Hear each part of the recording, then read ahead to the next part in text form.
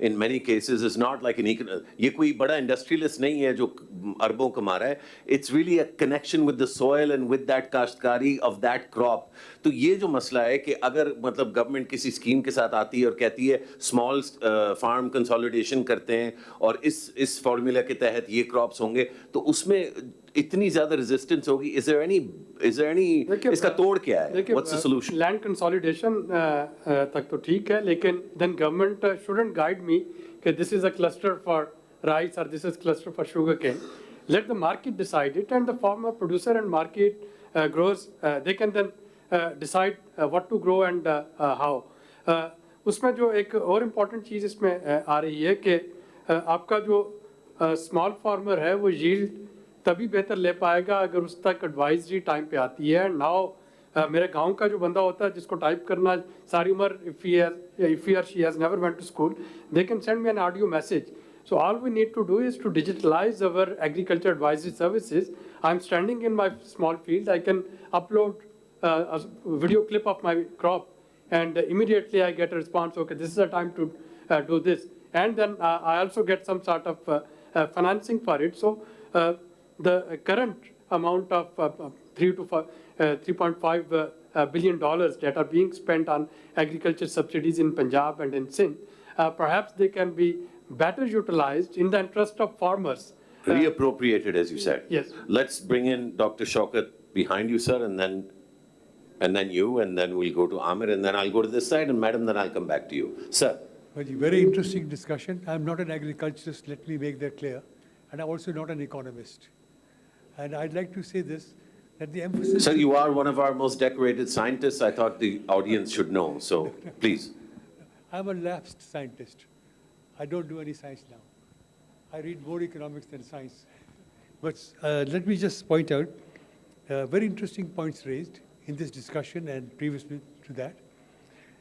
What we need is to bring together water, seeds, land, insecticides, and mechanization, all five together, and the people to use them. Let me just focus on one or two of them. Seed. Somebody mentioned that the cotton yield, national yield had fallen to about 4 or 5 million bales a year. It had reached 15 million bales 7 or 8 years ago. Why has it fallen? You know why? BT cotton from Monsanto was smuggled here from India. Why are we producing so much rice and rice for export or sugarcane? We are not a water-intensive country. We need to devise, as a policy, water budgets for the areas where these crops are intended to be grown. If they can be allowed, do it. This Kachi Canal zone in Balochistan, in the desert area, they're growing basmati rice there. Why? Sir, one other thing, mechanization. From my labs, one of the small products that came out was a laser land leveler. About 6,500 have been sold in the country, cheaper than the Chinese or any imported ones. And it reduces the water consumption by about 33, 34%. And yield goes up by 17, 18% because the land is leveled and the fertilizer also spreads uniformly.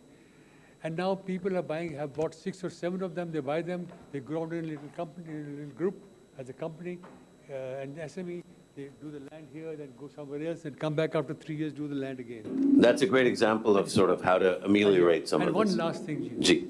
About water. We do not recycle our water. About 60 to 80 million gallons a day from Karachi or Lahore. What recycling is done? You go to Turkey, Istanbul, I visited them, I've seen the water systems. All the water from Istanbul goes into some place, recycled, cleaned up, and used for agriculture. Very helpful, Dr. And sir, I've been pressed to finish the session, and I want to bring in 3 or 4 people who are hard to one sentence and I'll close. This has not come out in the public, so I may be breaking some people's Official Secrets Act. The saline water from Faisalabad, because of incessant and heavy tube well pumping, aquifer pumping, is moving towards Lahore. Because the heavier pumping on the Indian side of Punjab, and the water levels have gone down not to 60 feet, but below a couple of 200, 300 feet. And arsenic is coming up. This may be one of the reasons for stunting that you talk about what's happening with the water that's coming out to the children. Thank This you. is- Thank you, Nobody Doctor. talks about it. Really Thank you. appreciate it. Very, very rich and valuable points. Our colleague in the blue jacket in the front. Thank you. My name is Mahmood Nawaz Shah, and I'm a farmer. First, the imported wheat today is 210 rupees. It's not less than that price. Secondly, just my humble submission to Dr. Suleri Saab. No, there are no issues with maize and rice. It's because we do not consume 25 million tons as we consume in wheat. If we were to consume rice as much, may that be free and fair, it would have been come to same things. Lastly, there is no time. I think the poor farmer that looks for things is, you're saying not to produce wheat, not to produce this, is infrastructure to do things. Where is that? To free the money from one place will be employed, will not be employed, will be taken away to some other pockets that it will go. Let's appreciate sugar is not subsidized. While there is a price fix at certain times, the prices, international prices are lesser than the retail prices, but most of the years it's also lesser than the international prices. Today, as we speak in Pakistan, wheat price is less than international price, so is sugar prices, which are lesser than the prices what international prices are today. So in horticulture, only 1 million tons of cold store capacity is available, whereas 13 million tons of fruits and vegetables are produced. If we are being told to produce fruits and vegetables, and if they are proposing that the fruits and vegetables to be sold at 5 rupees a kg, nobody will produce fruits and vegetables going forward. Thank you very much for giving us an opportunity to talk. No, it's a very valuable contribution, and obviously different people have different views, but it's really important. It really enriches the discussion to have different points of view. Amir Durrani, and then I'm going to move to this side, and then I'll come back to this side. So I have two people on this side that I have to come back to. Amir? Yeah, thanks a lot. So I have 8 questions, and I'm going to go through them very fast. So Abidji, please keep up. First thing is just the context very quickly, because I get 1% time, is that we are still looking at this agriculture problem. I read through the paper, I've heard everything that's been talked about, with a 20th century lens. We are so archaic, we are not asking the right questions, so hence we will never solve this agri-business, agri and food. So here are the questions. On market aggregation, I have yet to hear, look at the ending of your video. What did that Kisan tell you? Did you hear that? I didn't hear anyone say anything legitimate, pragmatic about how to bring that about. Why talk about the RT? Why not make the RT into a professional aggregator, right? So second question is water pricing. No matter what you do, I'm aghast, sir, that you actually are promoting the fact that solar tube wells should be subsidized. Oh, I mean, anyways. Third question, agricultural machine. Amna talked about mechanization. We have been getting funding since the 80s for agricultural mechanization, yet I just am finishing a review of 2 projects in KP, spend a lot of time with the agriculture department and on-farm. They are still buying tubing. I mean, what's so amazing about drip that we can't make in Pakistan? We're still importing Israeli drip irrigation systems. So tell me why. Fifth, land reform. Isn't that now passé? We just heard that land reform, define what is land reform. Please tell me what is land reform. Is it the Green Revolution 60s land reform? Are we talking about something else? And last 2 questions is one, on the issue of GHG and crop footprints, crop diversification. You know, we're not talking, agriculture is the largest producer of greenhouse gases. Now, immediate impacts of not transitioning on Pakistan are tremendous. You are putting insecticide in Gilgit-Baltistan under government programs. Do you know how long it takes to turn soil organic? So I don't see no answers to these larger questions. Sorry, this is a very emotive subject. It's food, you know. And Musharraf knows how much I love food. Well, of course, I do too. I think it's great to have emotion in these conversations. Too many of these conferences lack that kind of emotion. So I appreciate not the question so much, but the sentiment definitely. I'm kidding, I like the questions too. Dr. Barki, you have a couple of responses. Well, I think very well. I think the points you have mentioned, I'd just like to comment on agricultural. Doctor साहब एक second जरा sir मैंने अर्ज किया था sir पहले मैं उस साइड पे जाऊंगा फिर वापस इस साइड पे आऊंगा आपको भूलूंगा नहीं बेफिक्र हो जाएं doctor I think there is one thing known as capital deepening. So this is something which is well known to the economist, which says that if there is more sort of mechanization, more capital, so that leads to increase in, let's say, average yield. So we have evidence in Pakistan which shows that if there is capital deepening, if you take all the districts of Pakistan and you plot, so you see that there is a positive relationship, which means that wherever I think districts have invested on capital mechanization, which means I think better machines, so they have performed well. But unfortunately in Pakistan, the tractors that are we manufactured in Pakistan, they are 50 years old. And if I just compare the tractors that are being made today, there is no difference in what they were being made in 1970. So I think this is the state of the technology in Pakistan, due to which I think most of the decline in total factor productivity and yield that we have noticed, I think that is primarily because of that, due to which I think your production frontiers have shifted inward rather than shifting outward, which means there is a decline. Water pricing, very important issue. I think it is a big distortion in Pakistan because on the one hand, you are charging only 600 to 700 rupees per acre for canal irrigation, and perhaps a farmer who is using his own, let's say, tube well, so they perhaps for similar level of irrigation, they spend thousands of rupees. So I think this distortion has to stop. We have to do something about the prices. And I fully agree that how that can be done, that's a, I think, different issue. So I'll just stop here. I think Ahmed also raised, I think, and I'd like to get a response, not right now, I want to go back to, but क्योंकि मैंने note बनाया हुआ है मैं सुलेरी साहब आपके लिए उस पे सोलर ट्यूबवेल्स पे आपसे पूछूंगा और ये जो एग्रीगेशन वाली बात हमने की थी इस पे भी भंडारा साहब maybe you can come in on that. Okay, we're going to go to this side. I have 4 people that are going to ask questions. We're going to start with my sister here, then we'll come here, then we'll come to Sir in the blue jacket, and then right next to him. 4 questions, but we're going to ask our questions very quickly so we can go back to this side and then finish up क्योंकि इसके बाद एक और session भी है. Please. This is Saira Khan from UOP. My question is, what are the drivers of transformation of Pakistan agri-food industry with respect to climate change challenges, and what impact would it have on the gender disparity and the gender roles? Thank you. An excellent question. I'm going to hold that question. I'm going to come to the next questioner.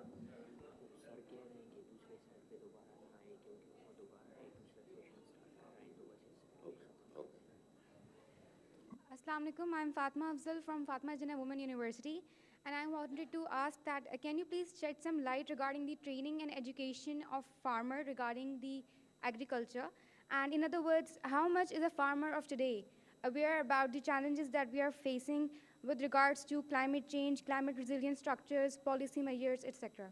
Thank you. I think, with due respect to some great questions and comments here, the 2 best questions we've had so far, I just wanted to pause before I come back to this. One is on the impact of climate change on the agri-food supply chain and its impact on gender. Who wants to take that one? Amina, do you want to respond to that? Amir? Aamir साहब आप इस पे response दें और फिर ये अगला सवाल फार्मर्स की स्किल्स पे इस पे भी कुछ कहिएगा. Let's start from skills and then I'll talk about gender. देखिए फार्मर्स की स्किल्स के ऊपर काम ऑन एंड ऑफ होता रहता है. हम डिजिटल डेरा और एग्रीकल्चर रिपब्लिक कम्युनिटी के ज़रिए, if you just Google digital Dera, you will understand how we are helping farmer to be digitize. Internet की एक्सेस बहुत ज़रूरी है. सारी एक्सटेंशन और जो जदीद सहूलियात हैं उनको हासिल करने के लिए, बट हमारे बाज़ औक़ात शहरों में भी इंटरनेट नहीं प्रॉपर चल रहा होता. तो that's why we help a particular village to use internet in their homes, क्योंकि हर फार्मर जो है वो स्मार्टफोन यूज़ नहीं कर सकता. तो there we introduce local champion concept के बच्चे जो यंगस्टर्स हैं उनको तैयार करके, तो वो जो है वहाँ पे उसकी हेल्प. क्लाइमेट चेंज के रेलेवेंट आपका सवाल था कि क्या फार्मर्स को पता है. देखें, उसको टर्मिनोलॉजी का नहीं पता. कि क्लाइमेट चेंज क्या है, अडेप्टेशन क्या है, जिस तरह आमिर ने अभी GHG की बात की, ग्रीन हाउस गैस एमिशन क्या चीज़ होती है, but he feel the change कि अगर क्रॉपिंग पैटर्न चेंज हो रहा है, अगर बारिशें किसी गलत मौसम में आ रही हैं तो उसको चेंज किस तरह किया जा सकता है, बट उसका कंट्रोल नहीं है, क्योंकि जिस तरह सुलहरी साहब ने बात की कि we do not have vast level parametric based insurance और मैकेनाइजेशन भी कम है। तो ख़वातीन के हवाले से जो देखें, अगर मैं सिर्फ ख़वातीन की बात करूं तो एग्रीकल्चर की जो हमारी विदाउट मैकेनाइजेशन वैल्यू चेन या प्रोसेस है, उसमें शायद 90% ऐसी एग्रीकल्चर प्रैक्टिसेस हैं जो वेमेन के बगैर नहीं होती। तो सिर्फ एक छोटी सी एग्जांपल मैं दे देता हूँ हाउ इसको क्लाइमेट चेंज के साथ किस तरह से आप लिंक कर पाएंगे। सबसे मुश्किल काम धूप में कॉटन की चुनाई करना होता है हाथ से, और फार्मर्स को भी और इंडस्ट्री को भी सबसे ज्यादा इशू ह्यूमिडिटी और गलत मौसम के अंदर चुनाई करने में आ रहे होते हैं। तो वुमेन इज जो खवातीन हैं वो इम्पैक्ट हो रही हैं क्लाइमेट चेंज से, एंड अनफॉर्चुनेटली हमने उनको प्रॉपर जो है वो एम्पावर भी नहीं किया at the rural areas. Thank you for your question. One of you asked about the drivers of the agri-food sector with respect to the climate change challenges. So very quickly, drivers क्या हैं? Currently our losses are high. उनको कम करना है, especially post-harvest losses में. And there is where I see the role of women. Because currently women are 70% of the agriculture workforce, but उनका काम unfortunately बहुत ही drudgery based है. वो चावल लगाती हैं उस पानी में खड़े होके where there's a risk of skin disease and snakes. Seed cleaning activity, the most critical activity. आपने जब seed लगाना है, अगर वो properly treat और clean नहीं हुआ, directly उसकी germination और yield में फ़र्क आता है. Women do that at home. So their role is extremely critical. However, extension services do not access women.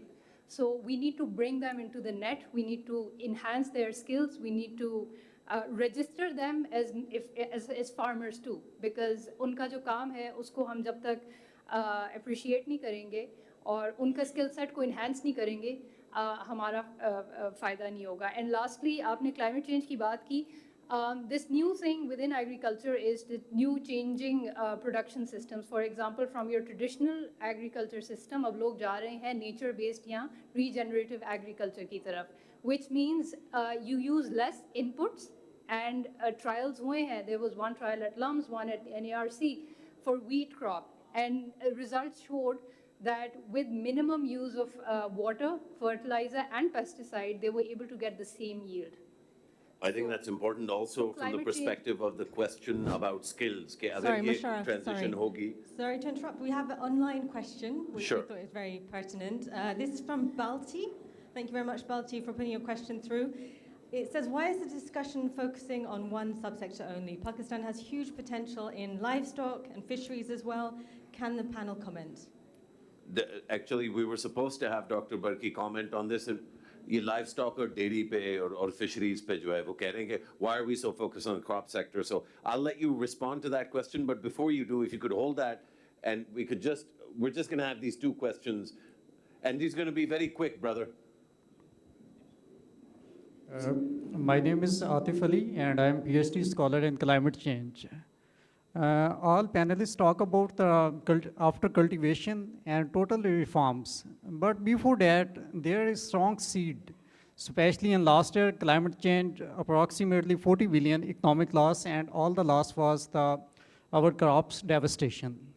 And we need strong seeds and strong scientific innovation and strong scientific research in our universities. And so that seed can cultivate in standing water, because that flaw we can see inflation in that year, because we cannot feel in 2022. Thank you.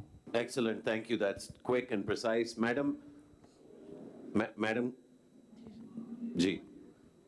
Hello, Assalamu alaikum. This is Farah Atiq. So I want to comment on one thing that we are rooting for shifting from like staple crops to diversified crop. Do we have that kind of infrastructure to make that shift? And also I want to comment that while we are like rooting for another thing, that we could export our staple food from the global market.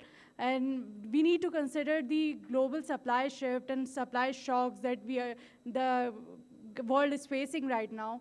Like the export restriction during the Russia-Ukraine war account for 39% of our calories, which is much higher than any other crisis that faced before and so on. So how are we going to like cater those shocks if we are opting for staple food import in the future? Thank you. Excellent. Both excellent questions. We're fully out of time, but I need to give everybody on the panel a chance to speak. I had made a promise to this gentleman. Sir, आप 30 second के लिए सवाल हो या comment हो, you have 30 seconds. Sir just for 30 second Zafar Iqbal agriculturist में मेरी गुजारिश फ़कत ये है कि मुल्क सेल्फ सफिशिएंट नहीं है जहाँ तक फूड सिक्योरिटी के इश्यूज़ हैं. हमारे यहाँ 2,000 कनाल के ऊपर हाउसिंग सोसाइटियाँ बन रही हैं जो एग्रीकल्चरल लैंड है जिसने फूड ग्रो करना है. सपोज मुल्तान में 2,000 कनाल पे DHA बन गया है जी, और all the peripheries of the cities urban areas are going to be constructed with cement and सरिया. तो सर फूड सिक्योरिटी एक इशू है. दूसरा ये है कि वाटर साइकिलिंग जो है, डॉक्टर साहब ने कहा था कि अगर बलूचिस्तान में जो फ्लड्स आते हैं जो DA खान से नीचे वो सारी वाटर ट्यूब जाती हैं, उनको अगर स्टोर कर लिया जाए तो आधा बलूचिस्तान उससे इरीगेट हो सकता है. Thank you, sir. Very, very useful. There's a couple of things on aggregation. There's a livestock and dairy question. There's these two really good questions here, one on seed resilience, strong seeds, and the other one was, how can we talk about diversification without preparing for it? We'll start with Suleri Saab, we'll go to Barki Saab, to Amna, and we'll finish with my brother Amir Bandara. Thank you. Musharraf, I think solar जो tube wells हैं, I never supported it. तो आमिर शायद आपने शायद सुना नहीं. I never supported. I said कि जो सोलर ट्यूबवेल जो है, it would play havoc with our ground water table. और अगर आपको देना ही है, हुकूमत is dead determined कि जी लाजमी देना है, तो फिर उसके साथ जो मॉडर्न इरिगेशन टेक्निक्स हैं उनको भी दें. ये फ्लड इरिगेशन के साथ तो सोलर ट्यूबवेल तबाही फेर देगा. मार्केट एग्रीगेशन की जब हम बात कर रहे हैं तो obviously we talked of this supply chain. Without the supply chain, as the sister rightly mentioned, कि वो आपकी जो क्रॉप डाइवर्सिफिकेशन है, that would never take place unless and until, जो मैंने ऑलिव का और आपको श्रिम्प्स की एग्जांपल दी थी, कि मार्केट एग्रीगेशन का होना, पूरे सप्लाई चेन को बेहतर बनाना, उसकी बहुत इंपॉर्टेंस है. सर आपके कमेंट्स बड़े थे, वैलिड है. यील्ड के बारे में I did speak about seeds, R&D और सीड्स के जब तक वो नहीं होंगे आपकी प्रोडक्टिविटी नहीं बढ़ पाएगी. वीट सब्सिडी पे I just take 2 minutes. We did a very detailed study on it. There are 3 types of forms in Food Department, Punjab. GP6, General Procurement Form 6, General Procurement Form 7, and General Procurement Form 13. So our study revealed what happens, that Food Department, when they buy subsidized wheat at market spot price, they make these ghost issuance to flour mills on a subsidized rate. And 2 months later, when the government announces new minimum support price, which is comparatively higher than the previous year's one, the wheat is still lying in their warehouses. They will simply issue another form, GP13 or whatever, I can't remember the exact name. So we will, without moving a single grain of wheat, millions of rupees transactions they are made in the name of this minimum support price. So it is happening with connivance with the Food Department, with flour mills, and with some of the banks. So any flour mill, they can go, they can deposit check at a national bank. The Food Department person, he would, in the documents, he would show that the wheat was issued to the flour mill, and then in the procurement season, he will buy it back from his own godown, and he will again issue the amount to the flour mill, and both of them, they will do half. And that is precisely the reason that neither the farmer in our rural areas nor the consumer in our urban areas, they are getting any benefit of minimum support price. So if this sort of distortion and these governance anomalies, if they can be taken care of course, I am all out for providing and keep on providing this minimum support price. Thank you so much. Dr. Barki, very quickly, क्योंकि बड़ा pressure है इस वक्त अब. Well, I think the size of the livestock and dairy sector is more than the crop sector. So I think that we know for the last few years. The story of the livestock and dairy sector is not different from the agriculture crop sector, because I think we have seen a recent paper that I did. It shows that there is a 55% yield gap, I think, within the current farms, which are like small and medium farmers. I'm not talking about the corporate sector. Now, in terms of what can be done, I think there are two policies that I would like to highlight maybe. That is, there is a need for genetic improvement. I think in India, they have done that for the last 3 decades, and they're very successful in increasing their overall milk supply in the country.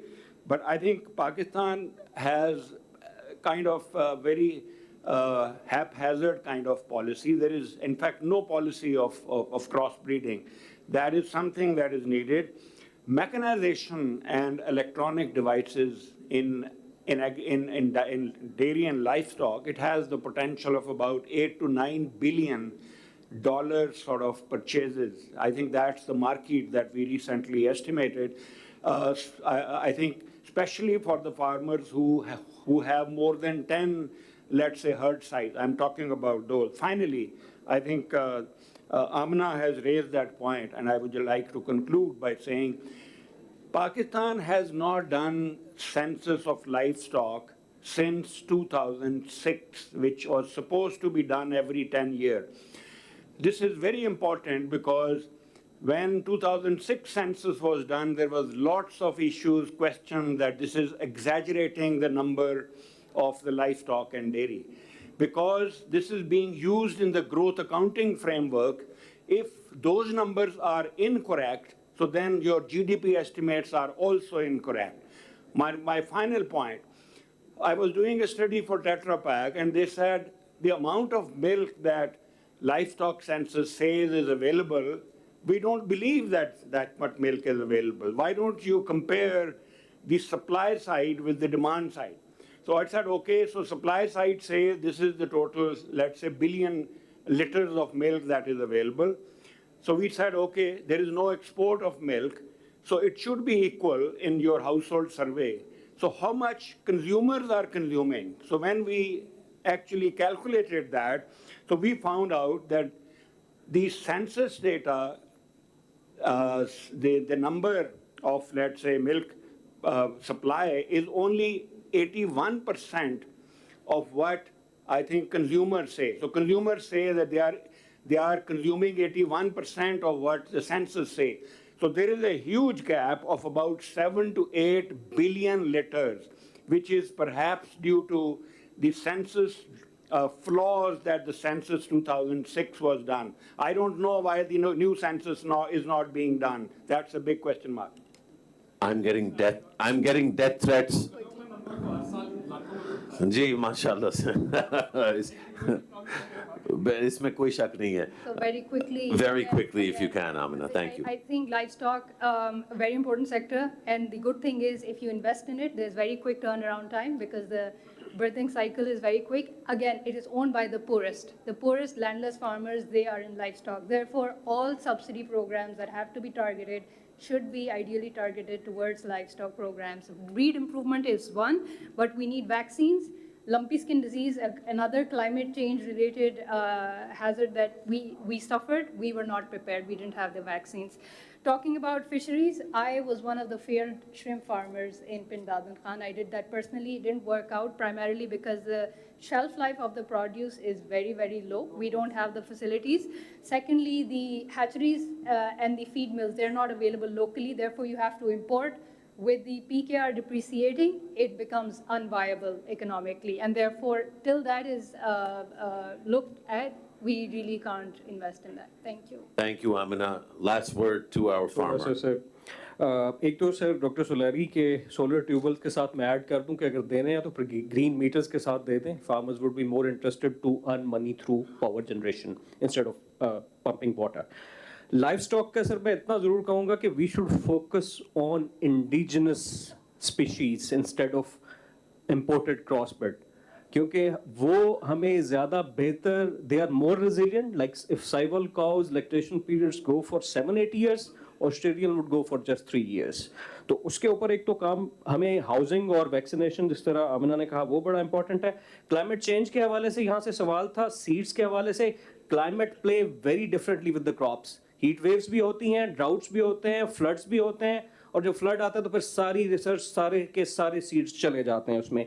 We need to work on adaptation plan as well, but who will pay the adaptation cost, because that has the cost. Farmers को पैसे कोई नहीं है कि adaptation दे, he just can grow food. ठीक है जी. उसके बाद एक बड़ा इंपॉर्टेंट चीज I would like to mention here, please before telling farmers to do anything, ask him that what he need and what he has. हम सिर्फ बताए चले जाते हैं, ड्रिप लगा लो, फलानी चीज लगा लो, फलानी चीज. कभी आपने ये पूछा है कि यार तुम्हें जरूरत किस चीज की है? He has more knowledge than the people sitting in this room. वो uneducated जरूर है, but he's not stupid. Keep in mind. और in the end, I would like to just suggest data is very important. हमें हर साल पता लगता है कि we are going to reap the bumper wheat crop. और हर साल हम import करते हैं, अवाम भी जलील होती है, फार्मर भी जलील होता है. Data reporting is very important. Data गलत, डिसीजन गलत. और in the end two things are very important: digitisation in agriculture, in all the plans and operations, and climate action. These are necessary. We need something like IG Punjab's approach. File license the part ke sat diti hai, just take your CNIC to any center and make your driving license done. We need this type of approach, sir. कागजां च वड़ांगे तो bank भी नहीं वड़न देना, तो पटवार भी नहीं वड़न देना. Thank you very much. Bismillah. On that note, a round of applause for Dr. Abid Suleri, Dr. Abid Barki, Amina Bajwa, and Amir Bandara. Thank you very much. Great panel.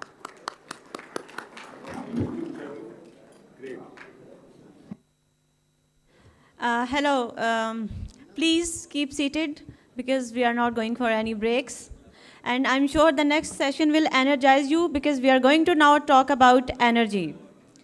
So with that, our next session, which is the fifth and the final session of this conversation, it's on achieving energy sector sustainability. And now I would like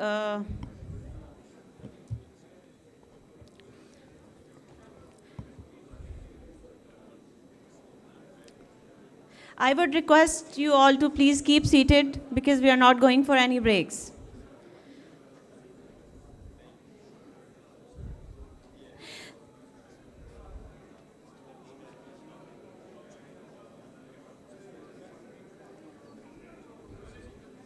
Okay, so now we have our speakers for the last and fifth and the last session, which is on achieving energy sector sustainability.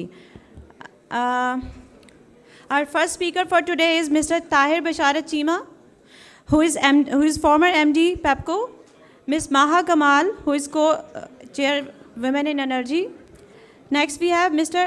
Ashfaq Mahmood, who is former secretary Water and Power Planning, Mr. Khalid Walid, who is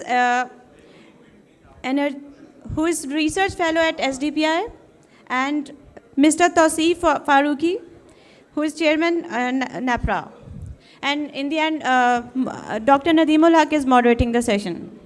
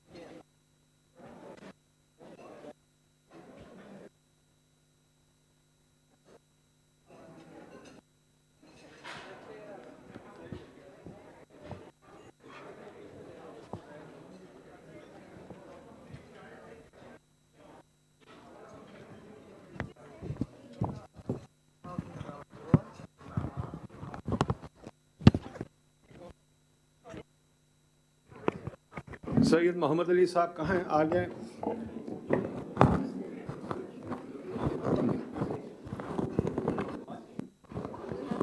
जी आप क्या कहना चाहते हैं? जी हमारी और सैयद मोहम्मद अली कहाँ हैं जो पैनलिस्ट है apparently? आ गए जी।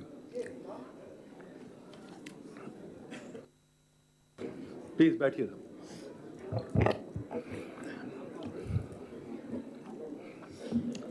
Good evening. It's fitting that at 5:20 we begin the session on the elephant in the room, which is the energy sector. Our Achilles heels, the sector that is leading us to default, the sector that is killing us. We're leaving it to last, but nevertheless, the most important sector is very important to discuss. I am not going to sing any stories on the power sector. I think everybody reads newspapers, watches TV. You hear Hamid Mir and those guys saying, "Sir, energy ka kya banega?" The problem is the circular debt is huge. I don't need to give you any numbers. Oh, there'll be a documentary in the beginning. Sorry. Okay, just one quickly. So the energy sector is huge. The power sector is huge. I'm sure they're going to give you the numbers in the documentary. So we'll leave it at that. Here, listen to the documentary, then begin.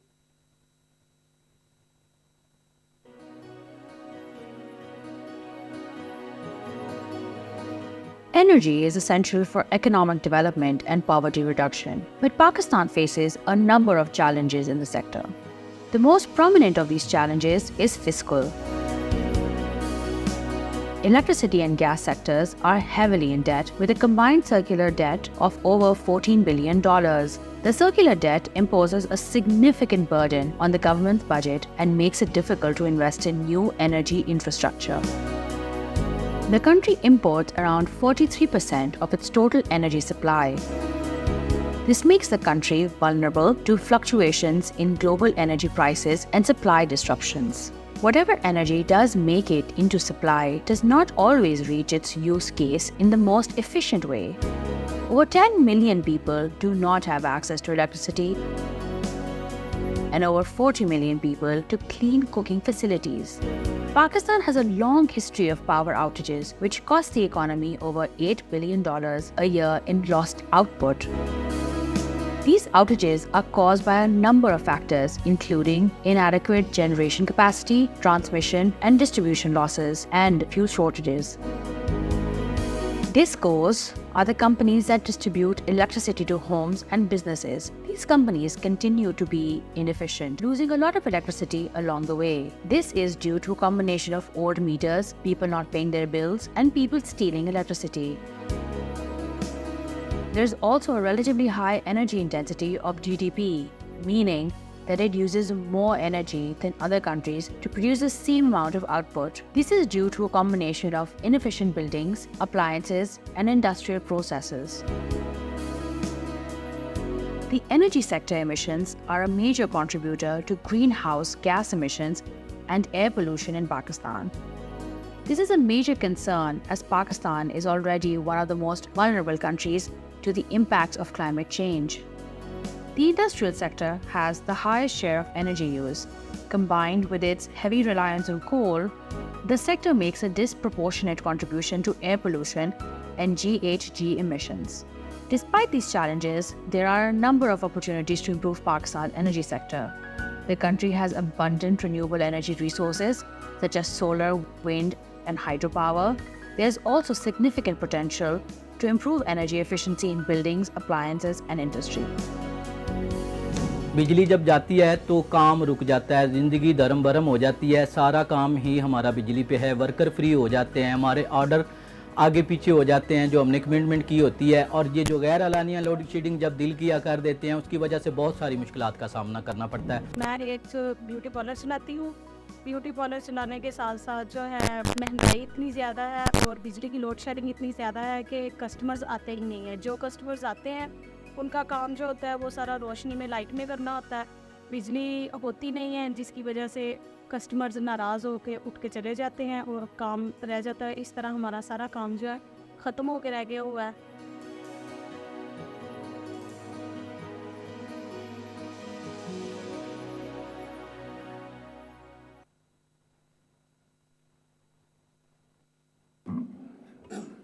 This is the most important sector in the economy. It's going to take us down. It's going to make us default because we have run a huge amount of losses and we have no idea on how to control them. Now, we've been given 3 propositions here, so let me take those up. The first proposition is that there is a virtually universal consensus that discourse must be fixed through private sector participation or privatization. So, let me ask you, is that the only problem, or what is the biggest problem in the power sector? Is disco privatization? If you can be very brief, very quickly, because power sector is the most complex sector in the country. I certainly don't understand it. I don't know who understands it. Now, I know we've got a book on this, which Mr. Chima was one of the authors. So Chima sir, why don't you begin? Is disco privatization the solution? Is that the only solution? Thank you, sir. It isn't. Disco is an issue, indeed it is, but the main issue actually are not the discos. The main issue remains surfeit of policy, when none of the policies can be termed as public policies. Then we have governance issues. Governance is in the hand of non-professionals. Then we come over to the management of the power sector corporatized entities, which includes DISCOs, of course, the NTDC and the GENCOs. At present, all of them are staffed, full of political nominees who have no connection at all with the power sector or the energy sector. Then we come over to the operational management. We do not have chief executive officers who have fixed tenures. They're just looking after their charges. And right on top of it, you'll be really surprised to know it, that at the moment, DISCOs have vacant positions equaling 60,000. So they are top-heavy in nature. The head offices are filled up with senior people, grade 20, 21, they are there, whereas they have no legs to stand upon. Then we come over to the tariff. Tariff is in a bad shape. It is from vintage era, 1960. It is, as they say, the load suppression model, nothing to do with today's facts, the reality over there. Then we have a surfeit, extra capacities contracted, which the sector cannot sell. And so what happens is the DISCOs, the poor DISCOs are asked to collect bills which basically are on account of all these inefficiencies and add-ons for which at least the present Pakistani electricity customer is not responsible. Thank you. So it's a huge mess. Yash Faksa, I think you have a contrary position. Yes and no.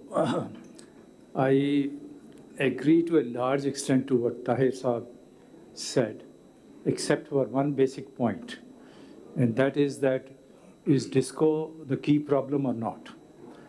The fact of the matter is that DISCOs at present are failing to collect the revenues, improve their losses. Of course, there are difficulties in terms of management and appointments of people and so, but DISCO is a problem as a whole. In fact, circular debt starts from non-recovery and non-payment from the customer side. So it's very important that we rectify that. Now, the government, the NEPRA, the donors have come to this consensus that you just now read, that there is a need for private entrepreneurship, private participation, or privatization of DISCOs. The problem is that we are, while all of them are saying this, but they are also confused about what to do about it.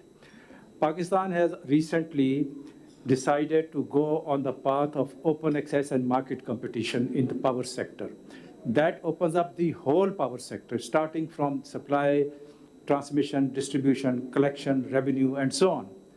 So if we must stick to our policy, and that policy is that we have an open access and market system. The only thing is that there could be a speed of accomplishment of that objective, but we must move on that. So once we recognize that, that is a policy that has been adopted by many countries in the world. The West is all on that. India is also following that. Turkey has done it. So there are a number of ways of doing it. So privatization does not mean, as we used to think, that we take an asset and privatize it. PTCL will be privatized, XYZ will be privatized, meaning that we give every asset and every control to that. The new policy requires that the line business should be separate from the commercial business. And the line business means that the infrastructure is to be run by just like a railroad, and the customers can buy from any source. They can have direct contracts, they can have direct metering, and they have choices about what to do. An investor can generate in northern areas and can supply in the south, in Karachi, cheap electricity if it pays the rent for the transportation. So having said that, now once we decide about it, we should be clear about what are we trying to privatize. We are trying to privatize lines, or we are trying to privatize the businesses. Once we are clear about it, then we can move forward. The problem here is that we are not talking about that. The second thing, that dichotomy that I see, is that under the Constitution of Pakistan, there is a provision that the provinces can actually buy in bulk and distribute. So there had been a number of resolutions, in fact, by the assemblies in the provinces, that we will take over the distribution. We should clarify it once for all so that the policies move forward. We need to accomplish what we have decided rather than going back and forth. So we need to get CCI or somebody to decide that either they will take over the distribution or they will not take over the distribution. Third is that what are we looking for? I think we should be very clear. Are we looking for money? Are we selling it because we want to have more money and reduce our losses? Or we are looking for efficiency in transmission and distribution and benefit of the customer? If we go on the path of open access and market system, the world has proven that the private sectors can deal better, efficiency improves, the losses reduce, the government's liability in terms of serving the debts reduces. So Fair that's enough, where I Ji. stop. You don't have to preach the private sector to me. I fully believe that. I fully believe that. But there's a big issue here. Nepra Saab, first of all, let me tell you, you can't find a better panel than this. We've got the former chairman of NTDC and chairman of PEPCO. We've got Ashfaq Saab, who's, mashallah, former secretary power and also NTDC, etc. We've got now Tasif Saab, who's chairman of NEPRA. And we've got Maha Bibi, who's, and Khalid Saab has been writing a lot for the private sector. And then we've got Mr. Muhammad Ali Saab. So, Tasif Saab, how do you react to this proposition? Will privatizing discourse work? Is our system even capable of privatizing? I hear what Ashfaq Saab said, but will we stop signing PPAs if we privatize discourse? How will they buy from somebody if we have only PPAs in place? First of all, thank you for having me today. Let me clarify, I'm not chairman NAPRA anymore. I'm former chairman. Because sorry. Even in the invitation you mentioned chairman NAPRA, so I don't want to be caught as on or accused of identity theft or something. So yes, I have noticed one thing, your pace is very fast and the response of my two colleagues were extremely fast, as if we are definitely the engine of this train, and wherever we are going to head towards, the economy is going to just follow us, the engine. But probably it's time for introspection, time to calm down. The only good thing about Pakistan's power sector is that we have more capacity than what we need. So if today some magic happens in Pakistan and our Prime Minister or our other interested parties take Pakistan to the heights it truly deserves, power sector stands shoulder to shoulder and deliver from the word go. Had we been in the other way around, we were in shortage like we were experiencing a few years back, it was simply impossible. So we should take it as a great opportunity for lifting Pakistan's GDP economy. This is what we achieved about 3 years back, 2.5 years back. We went with this proposal to then Prime Minister and told them that, we have excess capacity. Why don't we sell the cheaper units, at the energy price to our industry? And coincidentally, that was the peak COVID time. And all the orders which were cancelled from India and Bangladesh, they came to Pakistan. So Pakistan's projection for the growth at that time from World Bank and IMF was around 1%. We actually achieved 5.9% very first year and 6% next year. So the point I'm trying to tell you is that the moment you are going to sell this excess capacity that you have, your capacity charges will come down and be spread on the larger number of units. So our problems are multifaceted. Discos is basically the sales people of this industry. If a factory is doing bad, if the product is bad, if the product is extremely expensive, no matter what, there's no magical salesman in the world who will, one-time sale is probably possible, but every month making your consumer fool is simply not possible. We have to bring down the prices of electricity, and that requires many things. The first thing is governance. When my colleagues say that we need private sector, you know what this actually say? They want the right people for the right job. And generally the perception is the right people will come from the private sector. If you give us good people in the public sector, why not? I mean, there's no better governance if you have the right governance in the public sector. But since we have already sort of raised our hands, given up on the governance model that we have in the public sector, we are looking for an easy solution out, that is private sector. We have good examples, we have bad examples. KE, for example, they could be able to reduce their losses from 40% to 15 or 16%. That's a fantastic achievement. But on the other hand, we are pressed between two jaws of the alligator. One is governance part or incompetence in the public sector, and the other is greed from the private sector. You know, they put in half of the Karachi aerial bundle conductors. There are 5 cables in that, 3 live, 1 neutral, and 1 earthing. For cost-cutting purposes, they removed the earthing. 29 fatalities were there, and we were so lucky that that number was so small. Compared to it, could have been catastrophic. So the point I'm trying to tell you is that IPPs, again, they have done what they were supposed to do, but then we have many cases whereby we have a case that they have made exorbitant profits. So we are caught between incompetence of the public sector and the greed of the private sector. Where to find the solution? So governance is our biggest problem. Fixing the generation mix is the problem that we are facing right now. I could be able to, in my tenure as chairman NAPRA, bring down generation mix from imported fuel-based projects from 62% down to now 39%. But still that 39% is so humongous. Was it in my control as chairman NAPRA to take care of rupee-dollar parity? Not at all. The same thing was probably affordable a few years back when your dollar and rupee parity was under control. Now you have made it, you have played havoc with that. Second thing is, after Ukraine and Russia war, the international prices rose so many times, like imported coal. When I came to Pakistan from Abu Dhabi, imported coal was $50 per ton. It went as high as $586 landed cost at one point in time. So these are the problems, actually, multifaceted problems. We don't have one size fits all here. We have to approach everything separately. Well said. It's a huge, complex system, and I'm afraid we always leave it to the last. And we always wish that the circular debt would come down. And then we have so many other demands of the private sector as well as the public sector. But the two issues are well posed. One is privatization is the solution. The other is governance is the big problem. Mahabibi, where do you stand?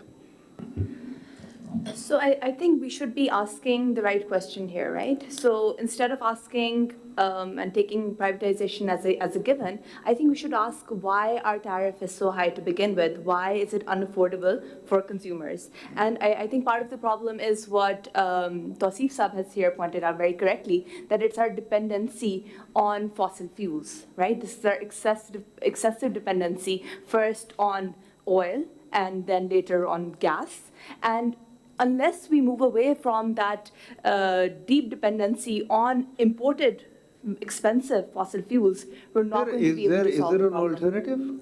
I don't see an alternative. I think Tausif Saab has rightly mentioned that even it is possible to bring down your dependency from fossil fuels, right? Part of it is, of course, we are moving towards renewable energy, which is great, and we have set a goal of achieving 60% renewable energy by 2030. I do think that's a bit lofty goal to begin with, but at least we have that goal, right? And what that goal allows us to achieve is potentially a more affordable tariff, but also it ties into our greater goals of sustainability and moving in line with our climate goals as well. So that is a win-win. So I do think that we need to tackle the affordability problem to begin with, understand why it's so hard to recover bills from consumers, which is at the heart of why we need to privatize discourse. Thank you. Ji Khalid sir, is the problem recovery of bills? Thank you so much. I think it depends what we are dealing with. If we are dealing with circular debt problem, I think discos are the heart of it. But if we are dealing with the tariff problem or affordability problem, then I think discos have only 10% to deal with it. What is the problem in energy sector of Pakistan? I think that this is the lack of long-term planning or integrated sort of planning. Just to give you an example, back in 2007 to 2013, when there was accessibility crisis in Pakistan's energy sector, when there was 18 to 20 hours of load shedding, people were protesting and demanding that load shedding should be reduced. So each of the policy was targeted at reducing this load shedding, and we were sorting these short-term solution in terms of rental power plants, in terms of IPPs, and all sort of things. But after that short-term solution actually brought us to this affordability crisis. I mean, we didn't plan for the long term, and now that short-term solution brought us to this affordability crisis in terms of higher capacity payment charges, unsustainable fuel mix, dependent on imported fossil fuels, and so on and so forth. And after 10 to 20 years, I think the solution of this affordability crisis, that might lead us to another crisis, that would be sustainability crisis or environmentally sustainability crisis, because due to affordability or unaffordability, we are heavily investing in our indigenous coal reserves, which is cheaper, but that is environmentally degrading at the same time. So from crisis to another crisis, this is not the way we should do integrated or long-term planning. We should plan for the long-term, like 20 to 30 to 50 So this is another governance issue. So we've got another governance. Mohammed Ali Saab, would you sum it up? What is the key issue in the power sector?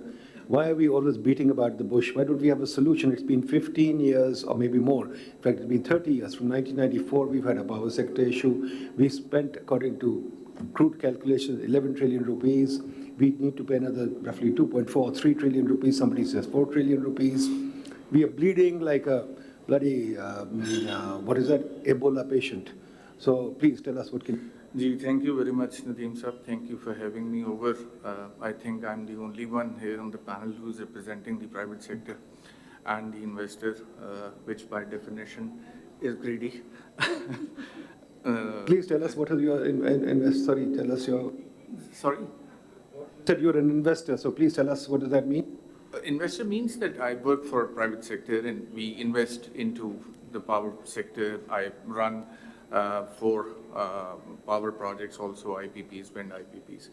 So coming to all the issues that have been discussed, I think we can no longer afford to hit the can. We've been hitting the can down the road for over now 20, 30 years, and I think it's now or never. It will have, like for example, you're collecting about 9 trillion in your revenue, in your tax collection. Federal tax collection is about 9 trillion. And of that, about 800 to 900 billion is the increase in circular debt every year, which means that you are actually eating 10% of your total tax collection into this black hole that we all have gotten ourselves into. And so this is not sustainable. The whole system, the whole economy will collapse one day. Now, how do we address that? We talked about privatization. I think privatization is something which appeals to everybody. Tausif Sahab has rightly pointed out that there is one successful model which is running in Pakistan in the form of KE, where they were able to reduce the losses from about 40% to little over 15% now.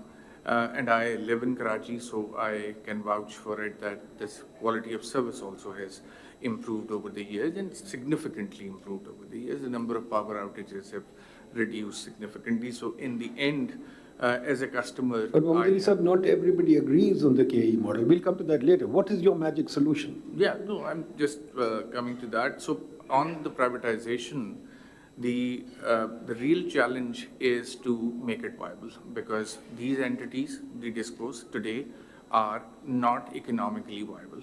So if you are inviting an investor, a private sector investor, to come and invest into these discos, you have to somehow come up with a model which is economically viable for the investor, because these discos today are not economically viable. Now, how do we do that? One, the territories are too big. I think they need to be further subdivided within these discos.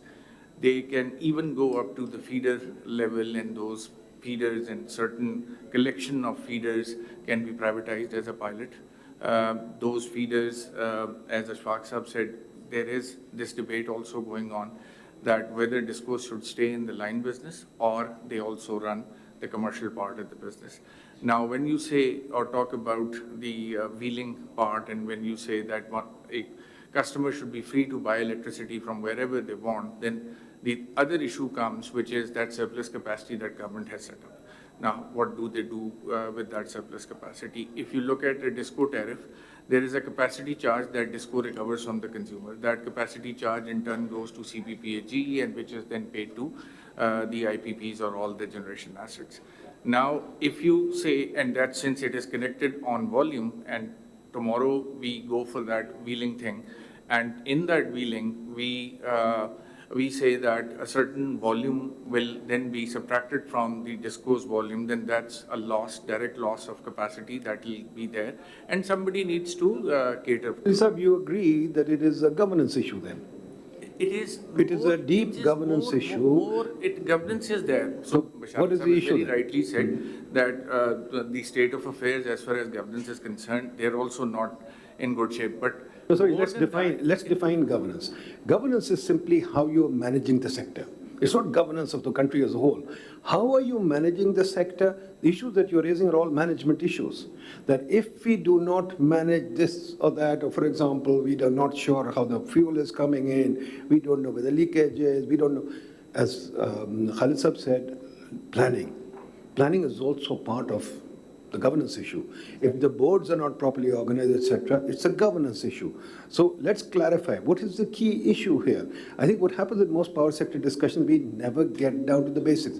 What is the magic, or let me say, linchpin reform that has to happen? Ji, Joseph Saab. Dekhe ji, we are trying to fly a A380 plane here, and you want to fly it with bus driver or van drivers. This is never gonna fly. But agar ud bhi gaya, if it flies, it is gonna, yeah, of course, blast. So we need the right people for the right job. It is as simple as that. The world has done exactly the same thing. Now I have a lot of time by my side, so I've connected with a few groups in US. I see their problems are much bigger than ours. But the only difference is they are deploying the best resources, best people, and backing them up. With the, in Pakistan, you'll find a lot of critics, a lot of planners, a lot of story writers, book writers. But the only thing we are missing are doers, So we need that. What I did practically, I brought CTBCM, Comparative Trading Contracts Bilateral Market. The idea is to let private sector slowly and gradually, get into grips with the power sector. Like you buy clothes, despite COVID, our private sector did fantastically well. How? Because they are taking their own decisions. The decision is not coming from somewhere, and they have to implement that. So I'm quite sure with the passage of time, once this CTBCM, and I believe the last hurdle was rules, which has already been approved and now notified. CTBCM is on. Now CPAG is going to bring one final report, and then NAPRA is going to, wheeling charge. But let me raise one issue with you. Let me raise one issue with you. I come from a central banking background, so I'm not one of you guys. One thing that we've done, IMF has done very successfully with Pakistan and many countries is, we've said central bank is beyond politics. So autonomize the central bank. Would you think that the power sector should be autonomized? There should be no Ministry of Energy? After all, how many countries have a Ministry of Energy? Ashfaq Sahab, how many countries have a Ministry of Energy? That I won't know, but I wanted to say that apparently the consensus here is that governance needs to be improved. Now the question is... Change the word, management of the power sector, not Okay, management of the power sector may be improved. Now, how to go about that? That is the basic issue. Whether we go private sector or we do it the way we have been doing it. Now, it may be true today what Bashara Saab said, that there are so many positions are vacant, there are no non-professionals and so on. This had been the history. For 40 years, you will see the same thing. So do you want, the issue here is, do we want to remain on the same path, or as CTCBM has been designed and a new path has been charted out?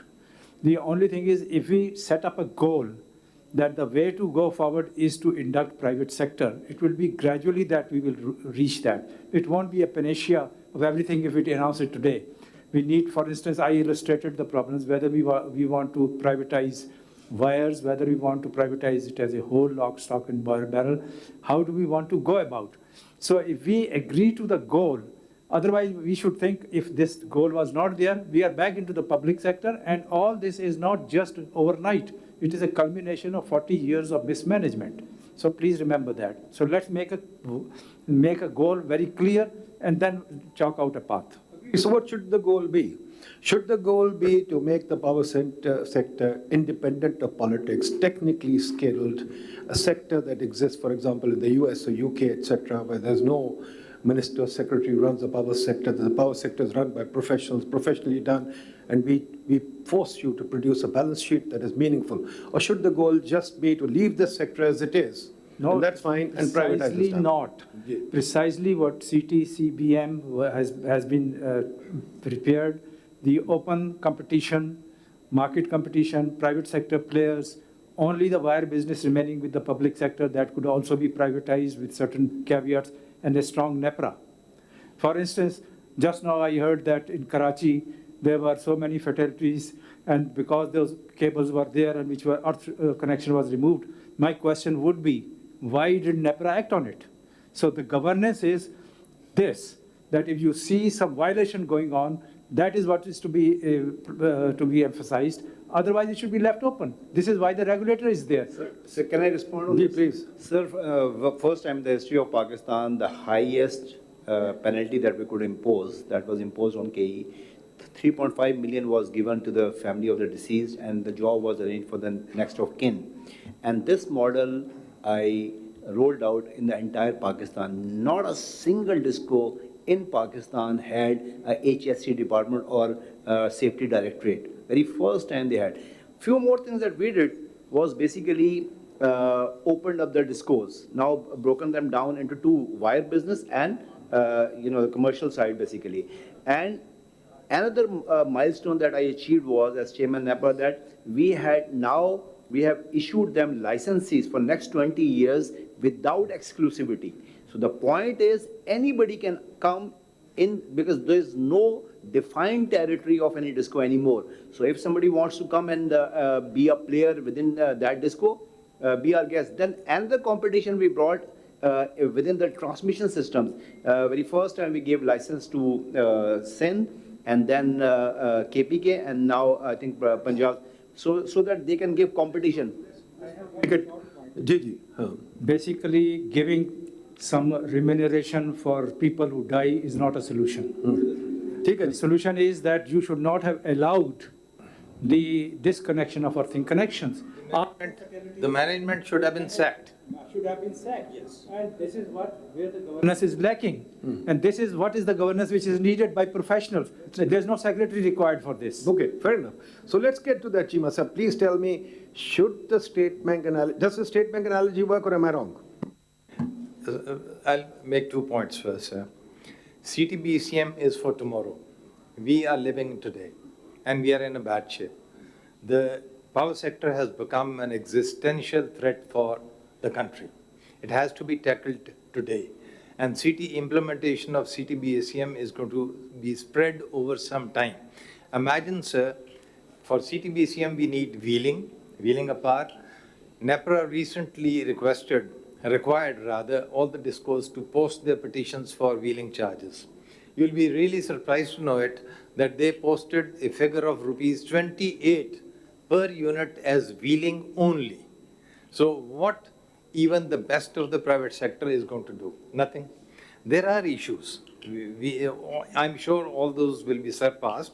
We'll take care of that. But the issue is today, until and unless the architecture of the whole power sector is not changed, and the first requirement for this change, of course, is professionalism.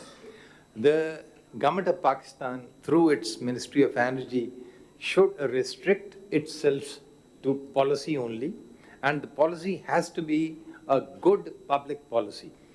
The last policy we have, the electricity policy we have, believe it or not, it only assures the viability and sustainability of the inefficiency in the whole system. Nothing else. It does not support the Pakistani consumer. So the Ministry of Energy has to go out, forget about it, restrict itself to what? The policy alone. It has to be good public policy. And then we come over to the management of the discourse. Till such time, CTBCM takes over, or these are privatized, or doled out on management contracts. Probably management contracts is a better proposition. But before that, the boards hold the key to the success of all these discourse. At present, as I explained earlier on, all of the boards in Pakistan, 10 in number for discourse, 1 for the NTDC and then 4 for the GENCOs, are unfortunately all staffed by politicos who have no relevance to the sector at all. Until and unless all those boards are staffed by hardcore sectoral professionals, nothing can be done. And then there is a requirement to upgrade the CEOs of these companies. We'll have to do that, otherwise nothing happens. If you post great professionals, and those professionals are available in Pakistan, as the CEOs, you'll see the difference. About the 60,000 vacancies, that is not much of an issue. All those things, the duties which those 60,000 had to do, could be outsourced. That is not the issue. It can be done. But remember, sir, if we take the example of K Electric, we also have to remember the plight of 4 Balochistan towns which come under the the license area of KESE. Those are Uthal, Hub, Bela, and Vendor. You go over there, KE does not supply power to them for more than 4 hours a day. They would rather concentrate their powers where you live, sir, the DHA, where they get more money for each unit which is sold. Utilities do not work like this. Utilities have to provide their service to everybody. So coming back to the point, sir, we divorce some or the other the Ministry of Energy from its governance duties. They cannot govern. It is not their duty. They restrict themselves to the policy. The boards have to be immediately corrected. And then a panel of experts has to immediately, say in 15 days, it isn't much of a job, interview the professionals available for the positions of the CEOs and all that, and assure that no new recruitment takes place in the discourse. All the vacancies, the duties of those vacant positions are outsourced, and then we move forward. Coming over to the architecture, sir, the main problem is the present Pakistani compliant customer, one who pays his bill each month, is being burdened by what? The inability of the FBR to collect taxes. Because FBR is not able to collect the taxes, it requires the discourse to collect the taxes on their behalf. And the strange part is, most of the people do not know about it, FBR payments are due on accrual on the posting of billing, not on recovery. They simply get accrued, even if somebody pays the bills or not, the money which is owed X percentage, 18% plus the income tax and all that, it is immediately transferred to FPR. So one, that needs to be corrected. Then the inability of the discos because of governmental writ in Sindh, in Balochistan, in Khyber Pakhtunkhwa, in some parts of Punjab, even southern Punjab, because we have not been able to collect the monies, right? Those monies should have been filled up by the owner, which is the government of Pakistan. It did not have the financial depth, so they did what? They got loans, right? And now the compliant customer has to pay those loans, the principal amount and the interest on it, sir. So this is the second loading. Then what happens is, not to be left here, sir, then the FBR also comes and says we want to collect additional tax, then more income tax. Those two have been collected, then the... Let's bring the other panelists, and I'm sure the problem is the whole mismanagement permeates through the economy, and we have one sector after another destroying each other because we don't want to solve the central problem, which is the fact that our government is absolutely short of professional skills and wants to wing it. Ji Mahabibi, what's your take on this? I believe that the problem that keeps recurring, unfortunately, when it comes to Pakistan's power sector is that we haven't really solved the question whether we view electricity as a public good or a private good. I think that's at the heart of this issue, and that's why we keep moving in circles about why we even need privatization to begin with, right? So if I view this with the lens Chima Sahib has given us, the fact that, for example, he gave the example of Balochistan towns and they should also be provided electricity, and from a public policy perspective, that makes a lot of sense, right? But from a private perspective, if somebody is not able to pay, then they're not that economically they're not even a demand, right? Because they're not able to pay. They might be willing, like they might want that good, but they're not able to pay, so they're not even a customer to begin with, unfortunately. So I do believe this is at the heart of the issue, and that's something that keeps recurring throughout our policy lens as well. That's the problem we keep seeing in our policy. For example, if you look at the 94 policy, one would assume that views electricity as a private good, right? That's the lens that it's bringing into the policy. However, when we look at other energy policies subsequently, we keep flitting between what we even want. So unless we solve that crucial problem, what Pakistan views electricity as energy as, absolutely. So it ties back to the governance problem. Agreeing to Chima Saab and Ms. Maha, but let me take my integrated planning forward and present a slightly different perspective and linking energy and economy or economics of Pakistan. One way to look at it is our consumption mix as well.